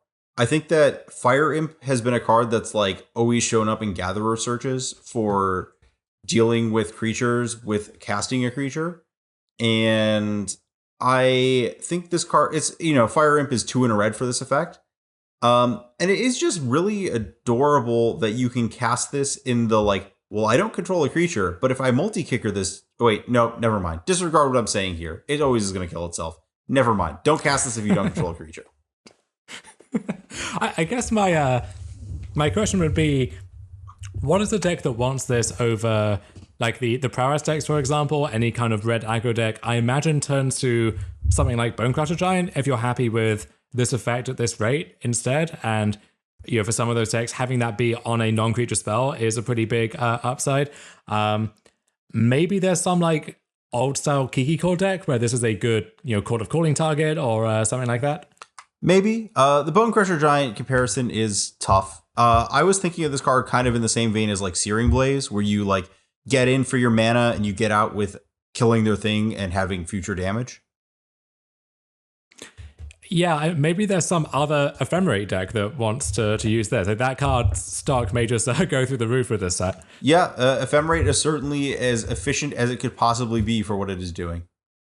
Mm-hmm. And so we only have, I believe, one other brand new card from this set. And this one, certainly, I'm willing to say, will not show up in Modern, but going to be causing some great stories over on Commander tables, I imagine. Yeah, this is... hold on a second. I wrote this in the notes as Yusri Flippy-Dippy. So let me actually get you the real name of this. This is... It's Yusri Fortune's Flame, 1 blue-red, 2/3 flying. Whenever this attacks, choose a number between 1 and 5. Flip that many coins. For each flip you win, draw a card. For each flip you lose, it deals 2 damage to you. And if you win all 5 flips, has to be 5, you get to cast spells from your hand for free this turn. This turn, yes. Okay. The ability is worded a little weirdly for what I was expecting. But yeah, I had first envisioned this and read it and be oh, when it enters the battlefield, you have this cool Muldrifter thing. And I'm this is a 3 mana 2/3 that would draw an average of 2 cards and deal you 4. And then I was oh, you have to wait a whole turn? That's just not going to fly. Yeah, I'm not expecting to see this in Modern, although Godspeed to whoever 5-0's a league with this somehow and has us talk about it whenever that happens. Yeah, there are a lot of Modern Horizons cards that have shown up in the dumps. Or the league dumps, not the dumpster. But yeah, I mean, you do you, Commander Renos. Yeah, they will have a lot to be happy about from this set, I'm sure, including one particular reprint, which we'll get to after this short message. We're here this week talking to you about Modern Horizons 2 previews. That means it's also time for Modern Horizons 2 pre-orders. Visit starcitygames.com/previews to pre-order your Modern Horizons 2 sealed product, with the full spread of collector, set, and draft boosters available. Whether you want to load up for some limited or just crack some packs for some cool cards, it's all there. That site will keep updating throughout preview season, so keep an eye on starcitygames.com/previews for all your Modern Horizons 2 pre-order desires. And we're back to cover what I've got to say is the first recorded instance of a card going from uncommon to mythic rare that I've ever seen from a reprint before. Force of Will was originally uncommon. Okay. That one is at least somewhat justifiable. You know, we did things differently back in 95, 96, but this one feels a little bit egregious, although it's on the reprint sheet, so I don't know how that messes with the odds of actually getting this in a pack at all. So this is Cabal Coffers, a card which has been the hallmark for any kind of reasonably obscure card that's popular in Commander just goes to the moon. So this is a land which, crucially, does not have a default mana ability. Its text is 2 and tap, add black for each swamp you control. So if this is your first land, you're not casting a spell with it on that turn.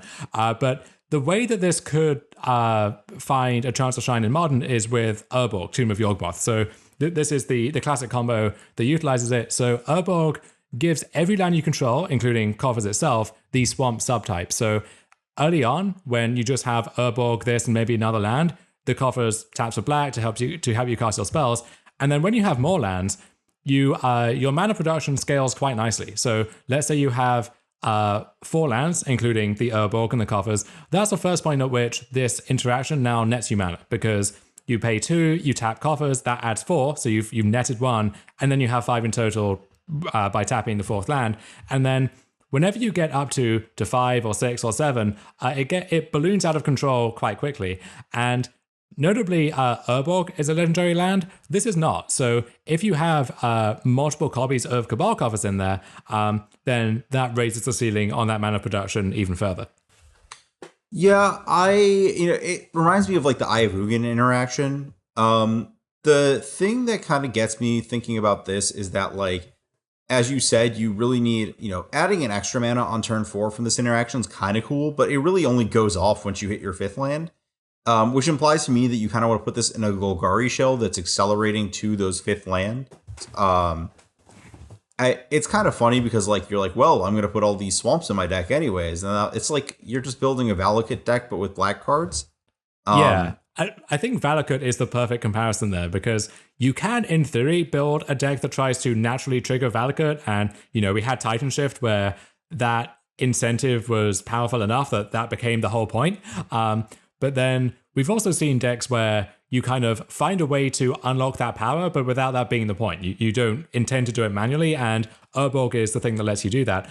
One card which we have seen really redefine ramp shells in Modern over the past year is Dryad of the Elysian Grove, and that gives you a backup Urborg staple to this ramp card is a creature for stuff that's able to find that. And so that lets you kind of take a punt on Cabal Coffers without needing to draw Urborg every single time. And so there was a shell briefly where I think Kenji Samura was playing this for a bit, which had Dryad of the Elysian Grove and Dread Presence. So this is an M21 card where when you play a swamp, you can either draw a card and lose 1 life, or shoot something for 2 and gain 2 life, if that sounds about right.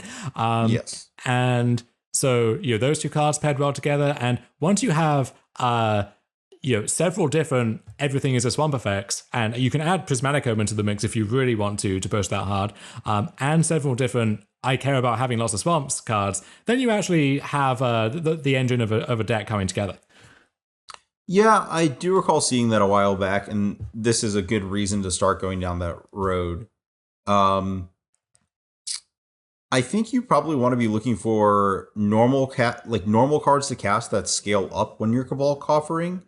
You want your deck to still be functional when you don't have Cabal Coffers, because it's not like a super binary thing like the way Urza's Tower is, where it just like goes from 1 to 1,000,000 in a heartbeat. It scales up a little more progressively, and it does have this like very specific high end. So you're trying to, traditionally the Cabal Coffers back in the day when it was actually good in Standard, you were like tutoring for stuff, and like Cabal Coffers would let you sink a bunch of mana into tutoring for something big off the starting block. But you like you weren't like playing like 6 or 10 drops in your deck, aside from like a Riptide Replicator to find or something like that. Yeah, so with Cabal Coffers, I think this is a more healthy form of ramp to have around in a way than the Tron lands, for example, where those are either just colorless lands, which could be anything else, or your mana production goes through the roof, and that creates these binary incentives where you really want to build your deck around having Tron as soon as possible.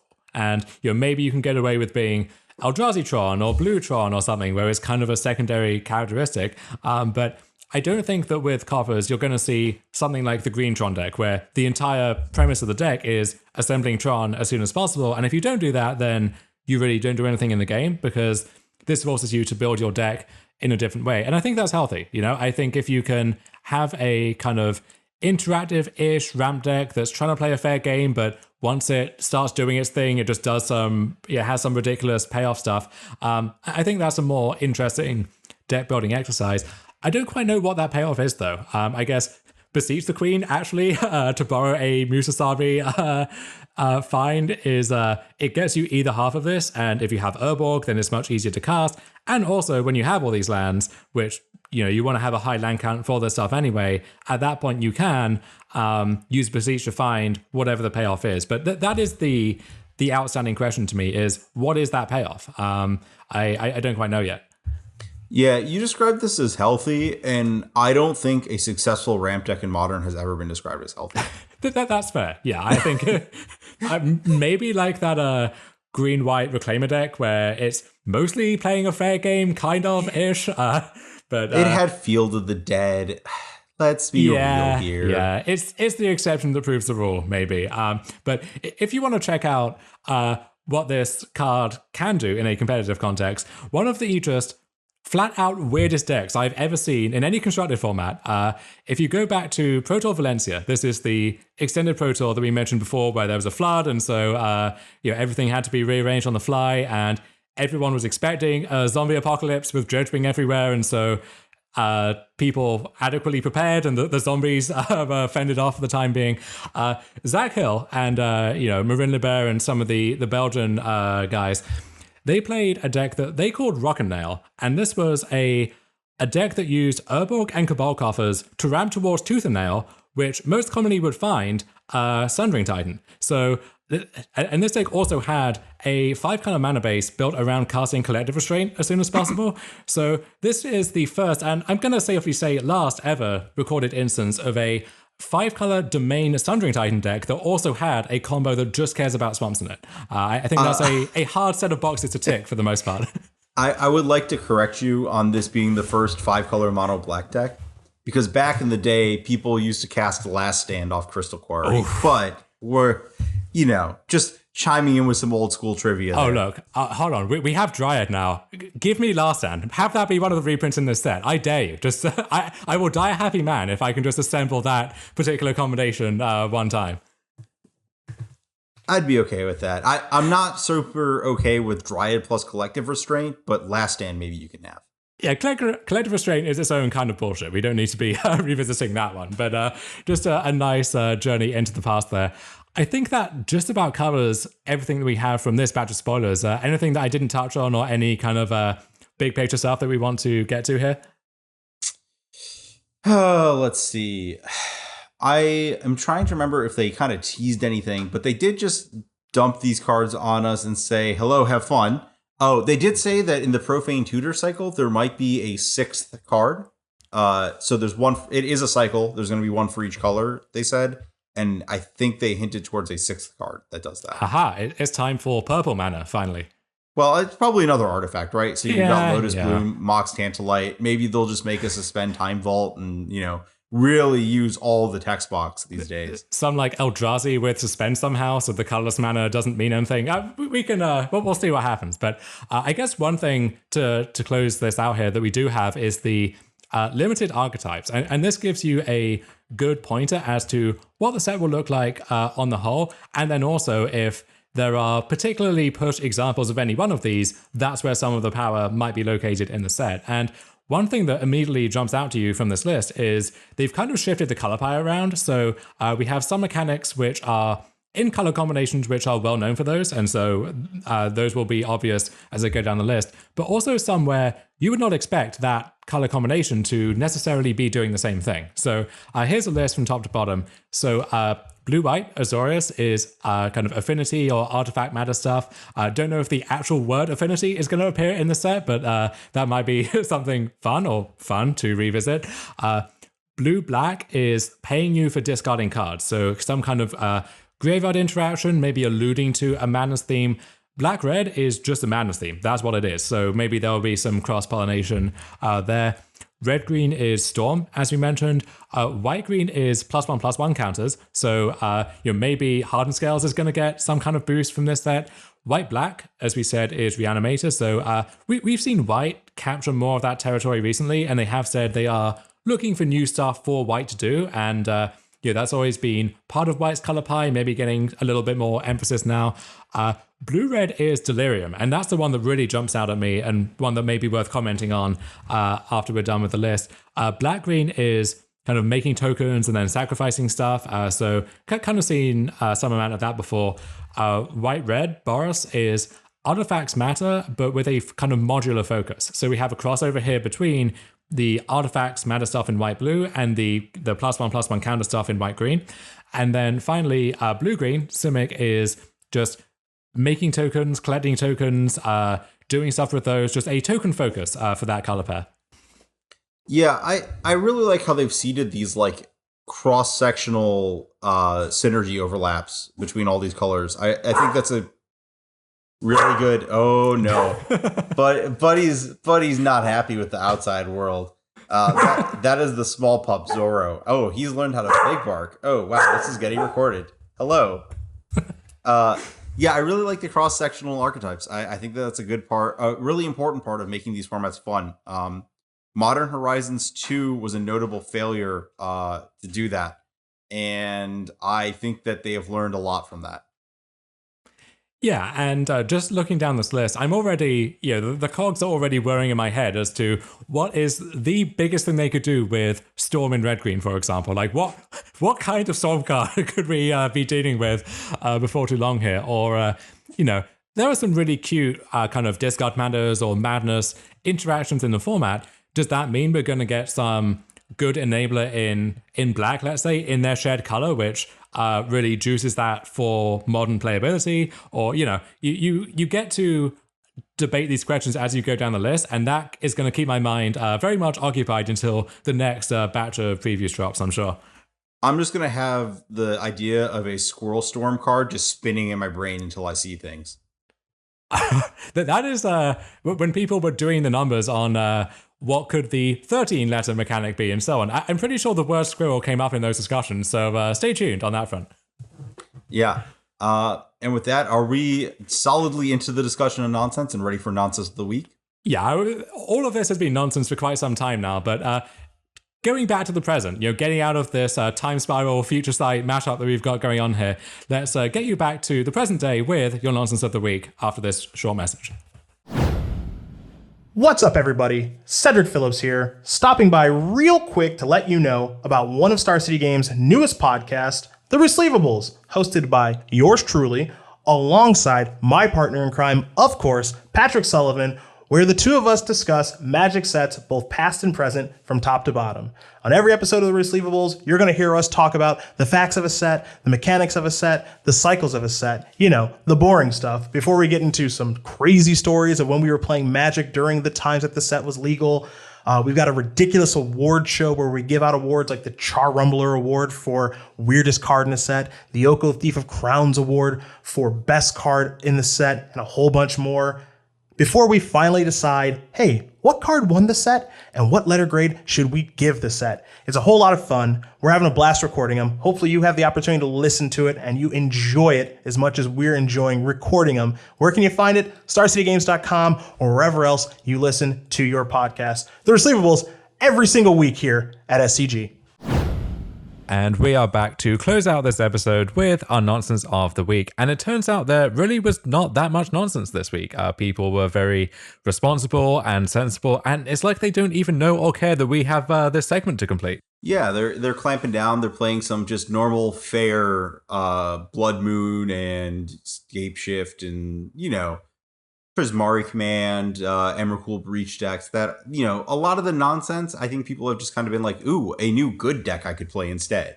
And that's where they're putting their time. Mm-hmm.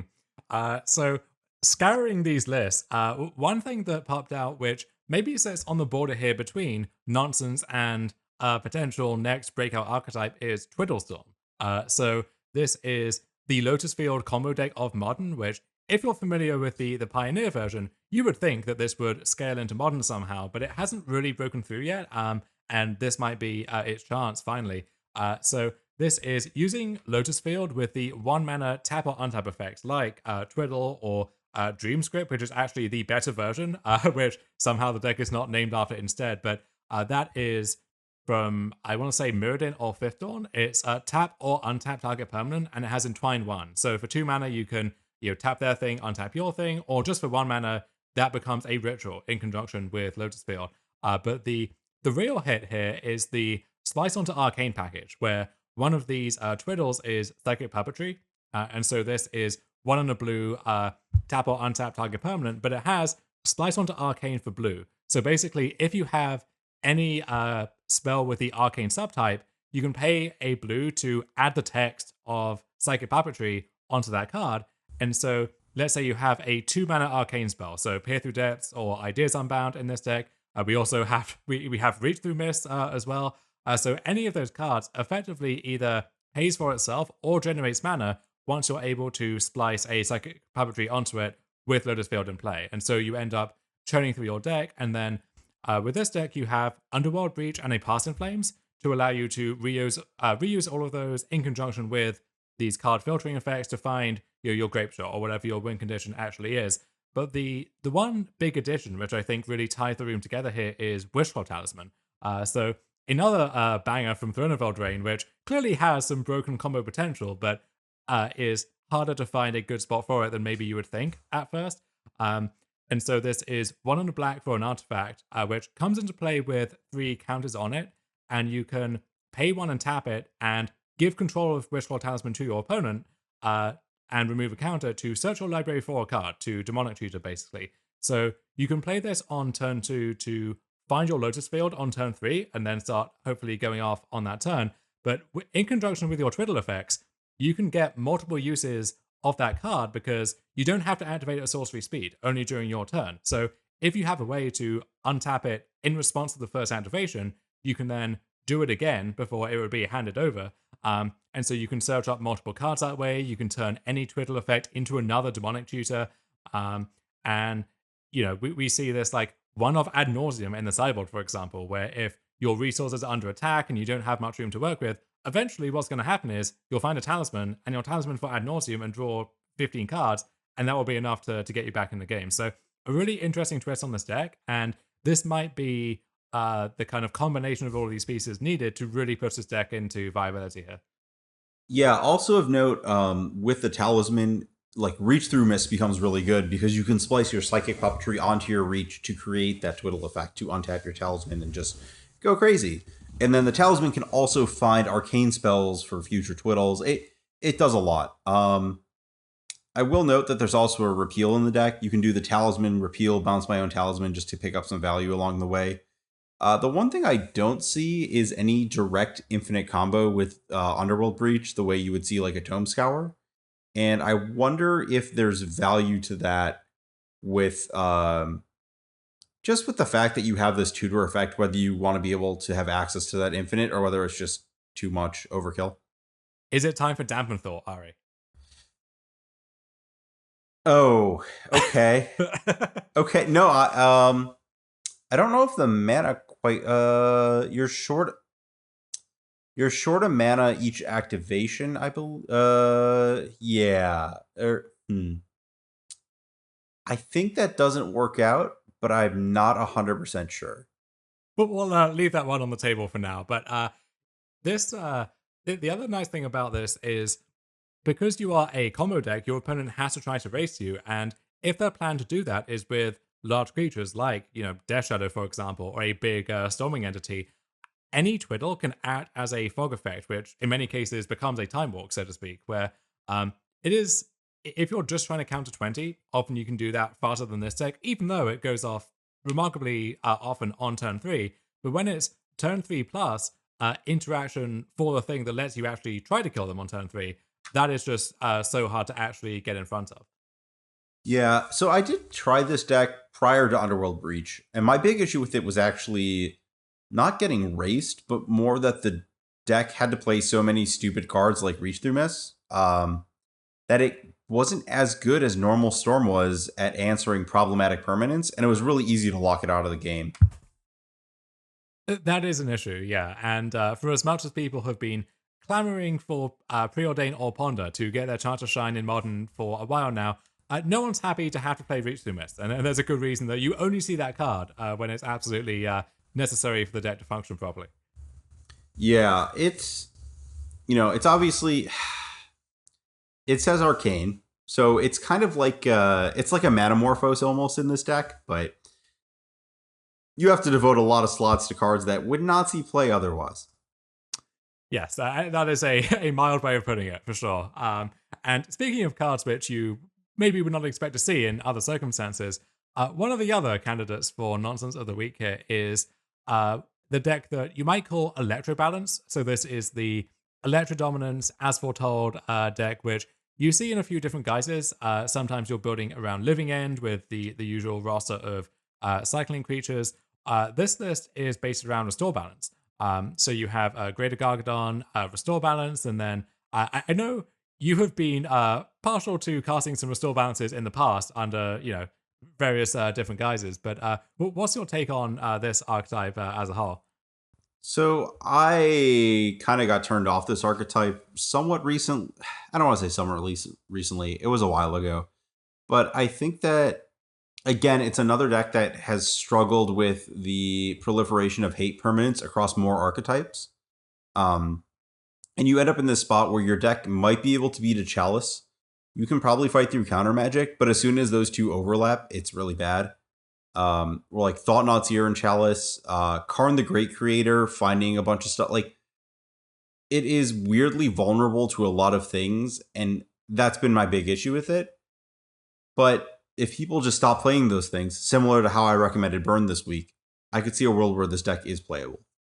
And this list has some even more nonsensical twists, spicing it up a little. So we have Pillage, which is a good answer to the Chalice of the Void problem, and also just a good card in a format where people are ramping towards Bring to Light or Khan Liberated and so on. And you can usually find some kind of use for that card. But the real hit here, Ari, is Collected Conjuring, which was actually a card in the first Modern Horizons, which never found its time to shine. This is the spell equivalent of Collected Company. So you look at the top 6 cards, and then you get up to 2 instants or sorceries from among those with converted mana cost 3 or less. And when you try building around this card, it becomes apparent very quickly that the payoff just isn't really there compared to Collected Company into a pair of good 3-drop creatures. But this maybe is the exception, where once your deck is built around Restore Balance, and we have both Ancestral Vision and Crashing Footfalls as a redundant kind of not even zero cost effects, but cards without mana cost to cheat in with Electro Dominance or As Foretold, and here Collected Conjuring. That I don't think that gets you anywhere near enough in terms of how many high impact spells you want, but it's a start, I suppose. Yeah, I haven't heard of many Collected Company decks with 11 hits, but it's worth a shot. I guess this might be similar to how the creature combo decks only have a set number of cards that are actually part of the combo, and then like hitting a sleight of hand isn't the most embarrassing thing. There is a backdoor way here as well, where if, let's say, you're holding a Restore Balance in your hand, well, that copy of Restore Balance now is no longer an eligible hit, but the 4 copies of Electro Dominance do become a good hit, where you conjuring into Electro Dominance for 0, which then lets you cast the Restore Balance or the Ancestral Vision to get it out that way. So that still does not get you anywhere close to that required threshold. And that's why I think any Collected Conjuring deck really is kind of doomed to fail, ultimately. But I like the moxie here. I like that someone is giving us something to talk about this week. Yeah, and The one other thing I want to point out is that there are 4 Crashing Footfalls and 3 Ancestral Visions, which really has the implication that this deck is not interested in sticking around. It wants to be done with the game as fast as possible. Yeah, and if some of the speculation about the return of the Cascade mechanic in Modern Horizons 2 ends up panning out, then Crashing Footfalls is the card that I will definitely keep my eye on, perhaps even speculate on, as something we might see in Modern a lot more in a few months from now. Significantly more appropriate for the format than the original green no-cost spell. If we do get any more good Cascaders, then Hypergenesis is right out. That one is remaining on the ban list forevermore, I think. I'm okay with that card just being on the ban list regardless. It's no one really has fun when Hypergenesis resolves. There's that one story about that one time that someone got leveled with Living End, but that happened once and no one will ever let it happen again. There's also the truly incredible game called On Camera where Jerry Thompson kind of gets reverse leveled, or however you would frame it, by an Elves opponent who they drew the one Emrakul, which maybe should not even be in their deck, and then gets to put that in off Hypergenesis, and definitely track that match down and watch it, because that will brighten your spirits, sure. This, you're now reminding me that in Legacy, a very common occurrence was that Goblin Charbelcher would play a Lion's Eye Diamond on turn 1, and then you could not cast Show and Tell because, well, cannon goes boom. It's always funny seeing Show and Tell get paired against some of these other combo decks, whether it's Aluren back in the day, or where you could just not cast Show and Tell because there was a very high chance you would die immediately on the spot, and you helped them do it. Yeah, Modern doesn't have quite that level of action going on with Hypergenesis, though, so I don't think you would want to keep it in check that way. Well, again, fingers crossed on that one. Let's not say that with too much certainty. But moving on to, I think, the last deck in the mix here. This is a Bant Lurrus deck with Glittering Wish. And so we mentioned a few weeks ago how Aspiring Spike had popularized this kind of fair Lurrus control deck. There was a Grixis variant with a Sprite Dragon and so on. And then there was a kind of Sultai Plus deck where the big finish was Bring to Light for Valky/Tibalt, and because of the weird mana value restrictions there, you could still keep Lurrus as a companion. And I don't think this deck originated from Aspiring Spike, but this is someone kind of playing around in the same space here. So Glittering Wish is the thing that really stands out here, and also the big draw to this list for me, because I think that is one of the more underexplored cards in Modern, and I've tried it in various Niflite shells, or with these blue soup decks with Omnath and Renasix and so on, and it never quite fit in as seamlessly as it seemed like it should. But I think this is a good home for it, where you have these generic interactive pieces in the deck. So you've got your good removal spells, you've got Cryptic Command, Archmage's Charm, Mana Leak, and Logic Knot, which are getting a nice upgrade before too long. But then Glittering Wish lets you just clean up things which you weren't really anticipating, or which have slipped through that net. So if you need a timely Supreme Verdict to mop up a board of creatures that are laughing at your counterspells, you can do that. Or if the game goes really, really, really long, there is a Coma Cosmos Serpent hanging out in the sideboard to really put the game away for sure. And then you have things like, if you get paired against Mill, which normally is a nightmare matchup for a deck like this, you have 4 cards in your main deck that can fetch Wheel of Sun and Moon to ice the game and lock that one up. So that card does have a lot of inherent flexibility to it, and the Modern card pool is so deep that there is a gold card that can do whatever you want a gold card to do. It's just about finding the right home, and maybe this is it. I really like how you can use Glittering Wish to circumvent the restriction on Lurrus. Yeah. Most of the targets for Glittering Wish are just things that you could not put in your Lurrus deck, but you can wish for. Ashiok, Dream Render, Teferi Time Raveler, Teferi Hero of Dominaria, Coma. You're really getting the maximum value out of extending your deck in multiple ways. And technically, you can even wish for the Lurrus to make it cost 1 less to put into your hand. So just keep that in mind for the big brain plays. Yeah, that's something that you have on the achievements checklist to tick off for yourself. But I think that actually covers it in terms of our Decklist nonsense of the week. But we usually stay in our lane here on this podcast. We don't have a scheduled sign off or anything like that, at least just yet. But there is a different brand of nonsense that we could not get out of here this week without touching on. And that's the organized play announcement, which we have all been waiting for, expecting, dreading for some time now. And that announcement is there is no more organized play. So the gist of this is that the MPL and rival system will be honored for next year, and then is going to be disbanded at the end of that with, that they aren't working towards anything during that final year of competition. And it's unclear what, if anything, is really going to replace that. There are signs that some kind of high-ish stakes paper tournaments or online tournaments will still be there, but not as part of any larger OP framework. And even though you may be able to chain together qualifications between those tournaments or something, there's not going to be any equivalent of gold and platinum under the old system, or challenger, rivals, MPL under this system. These tournaments just exist kind of in their own universe, and then once they're over, and there's nothing more to play towards. And this is accompanied with a formal statement that they are not supporting the vision of professional Magic play, where you cannot expect to make a career, make a living playing in Magic tournaments. And so for most people, this is an explicit statement of something which was already true for them, or which they kind of already knew to be true. But for the select few who were at that top tier in MPL, in Rivals, the dream is officially dead now. That this is the end of their career and the end of any kind of aspirational vision of organized play to work towards. And I don't know how deep in the weeds we need to get on this, but Ari, as someone who was a mainstay of the Pro Tour for a decade and who was then locked out of the MPL and rival system, what's your take on how all of this is going down? Well, I think the clear-cut thing everyone has said is the MPL and rivals needed to go. The most generous thing that I've heard anyone say about it is we failed, and now we know one of the ways we could possibly fail by doing the same thing in the future. Yeah. That's the most generous take I've heard on it.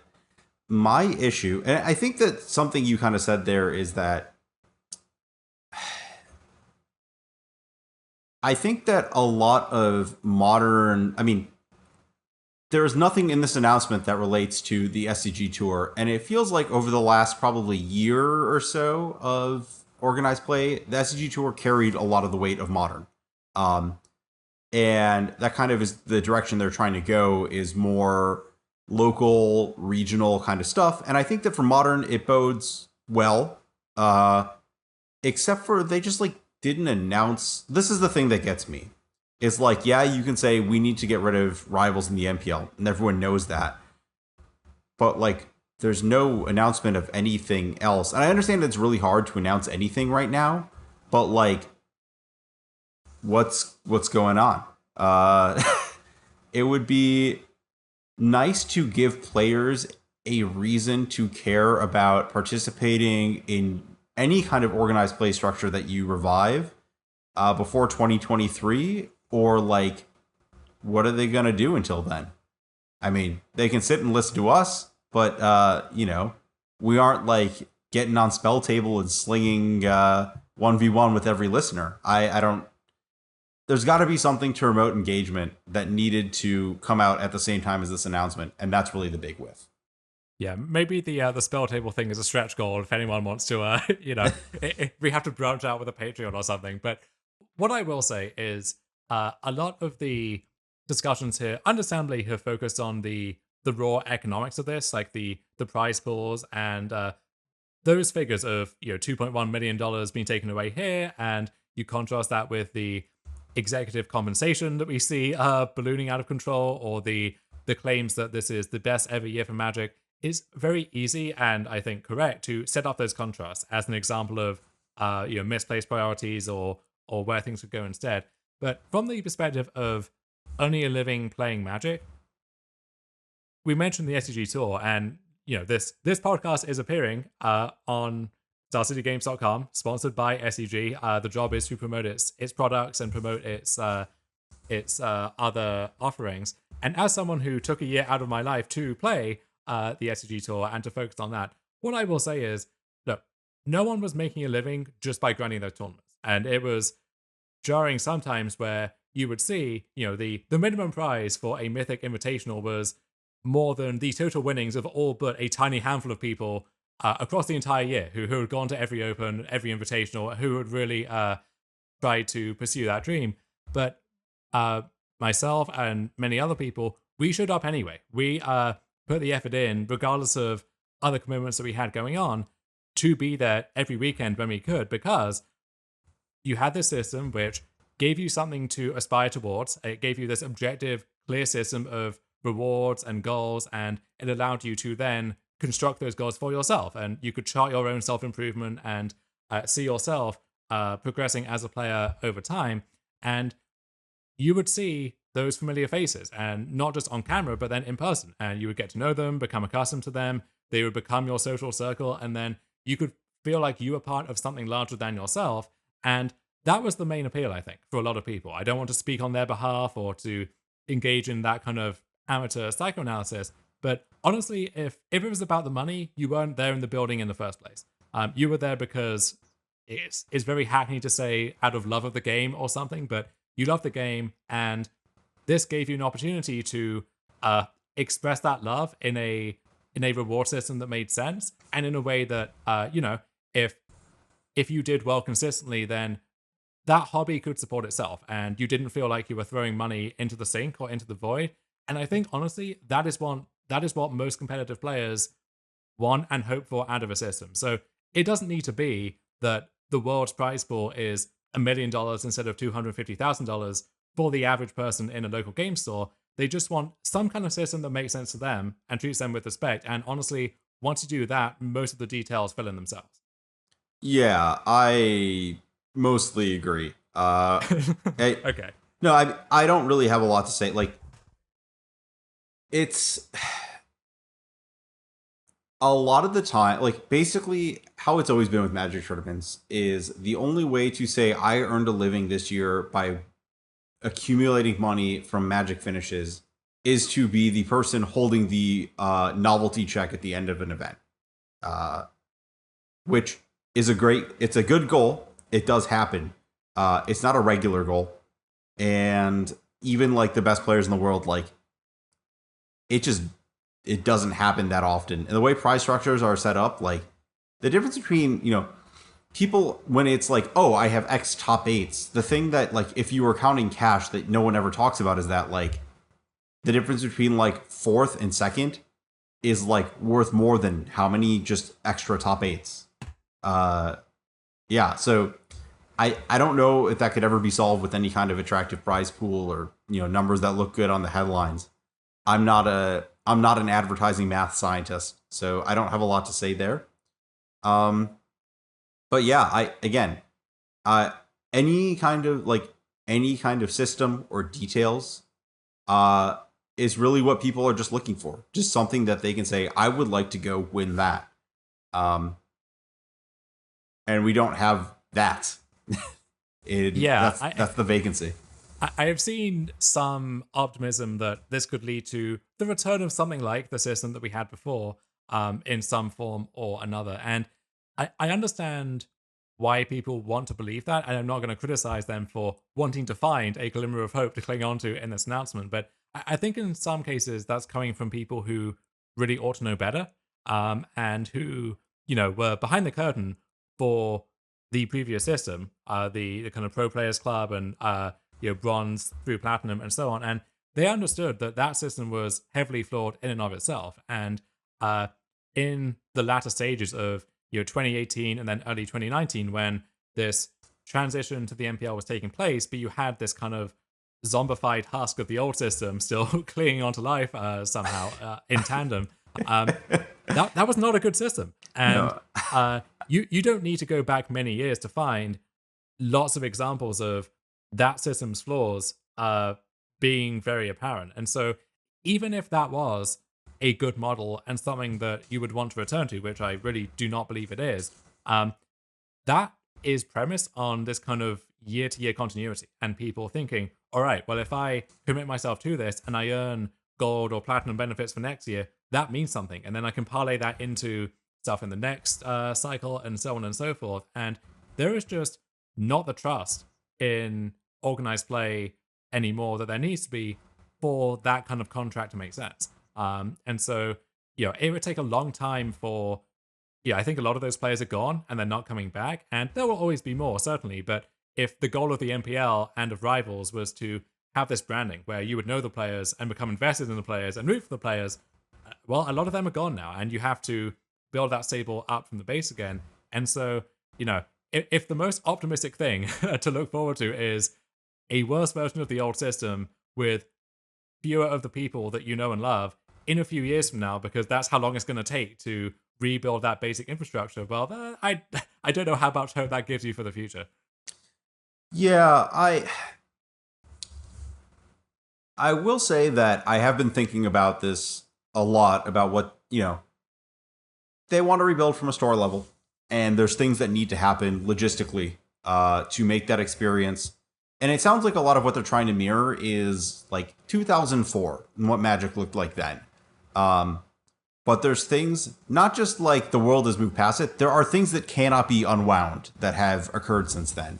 I'm thinking things like the Judge program separating from Wizards of the Coast, and trying to find a way to kind of make events work at reasonable scales without necessarily having this tied in Judge program and everything.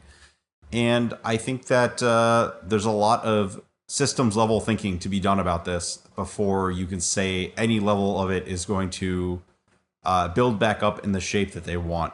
But I will say that I am looking forward to, one of the things I thought about is that there's actually, if you look back at the Pro Tour, there's a really clean dividing line in 2011 and 2012 where testing for a Pro Tour went from just like whatever to being like a process. And I want to say before that point, we've all heard the stories of like Ben Stark and Shahar and Matt Nass just like doing things, and you're like, are you a grown adult? I think before that line, if you just looked at the like Pro Tour stock of people between like 2002 to like 2012, like they'd probably just be in like the 65th percentile of like, yeah, they're a little irresponsible, but like, what happens happens. And I think that going back to that kind of a little more fly-by-night era is going to be really, really fun and make for some great stories. It sounds like you don't plan on going anywhere, at least. I mean, I'll see what happens. I don't know. Yeah. I don't have any plans. It sounds like they don't have any plans for me to even plan around. So, yeah. Well, you're on the East Coast and you have a car. So if and when the SCG tour returns, I look forward to seeing you in person again. Absolutely. Yeah, that is really just the easiest out is, well, you know what places are close to the East Coast? Everywhere else on the East Coast. Yeah, so as we said, we no commitments from anyone yet, and we cannot make those commitments on behalf of anyone else. But hopefully, Paper Magic in some form will be back before too long, and we hope to see some of you there at the very least. But until that time, and until next week, where we will be back with more Modern Horizons 2 spoilers. Take care, everyone. It's going to be an interesting week.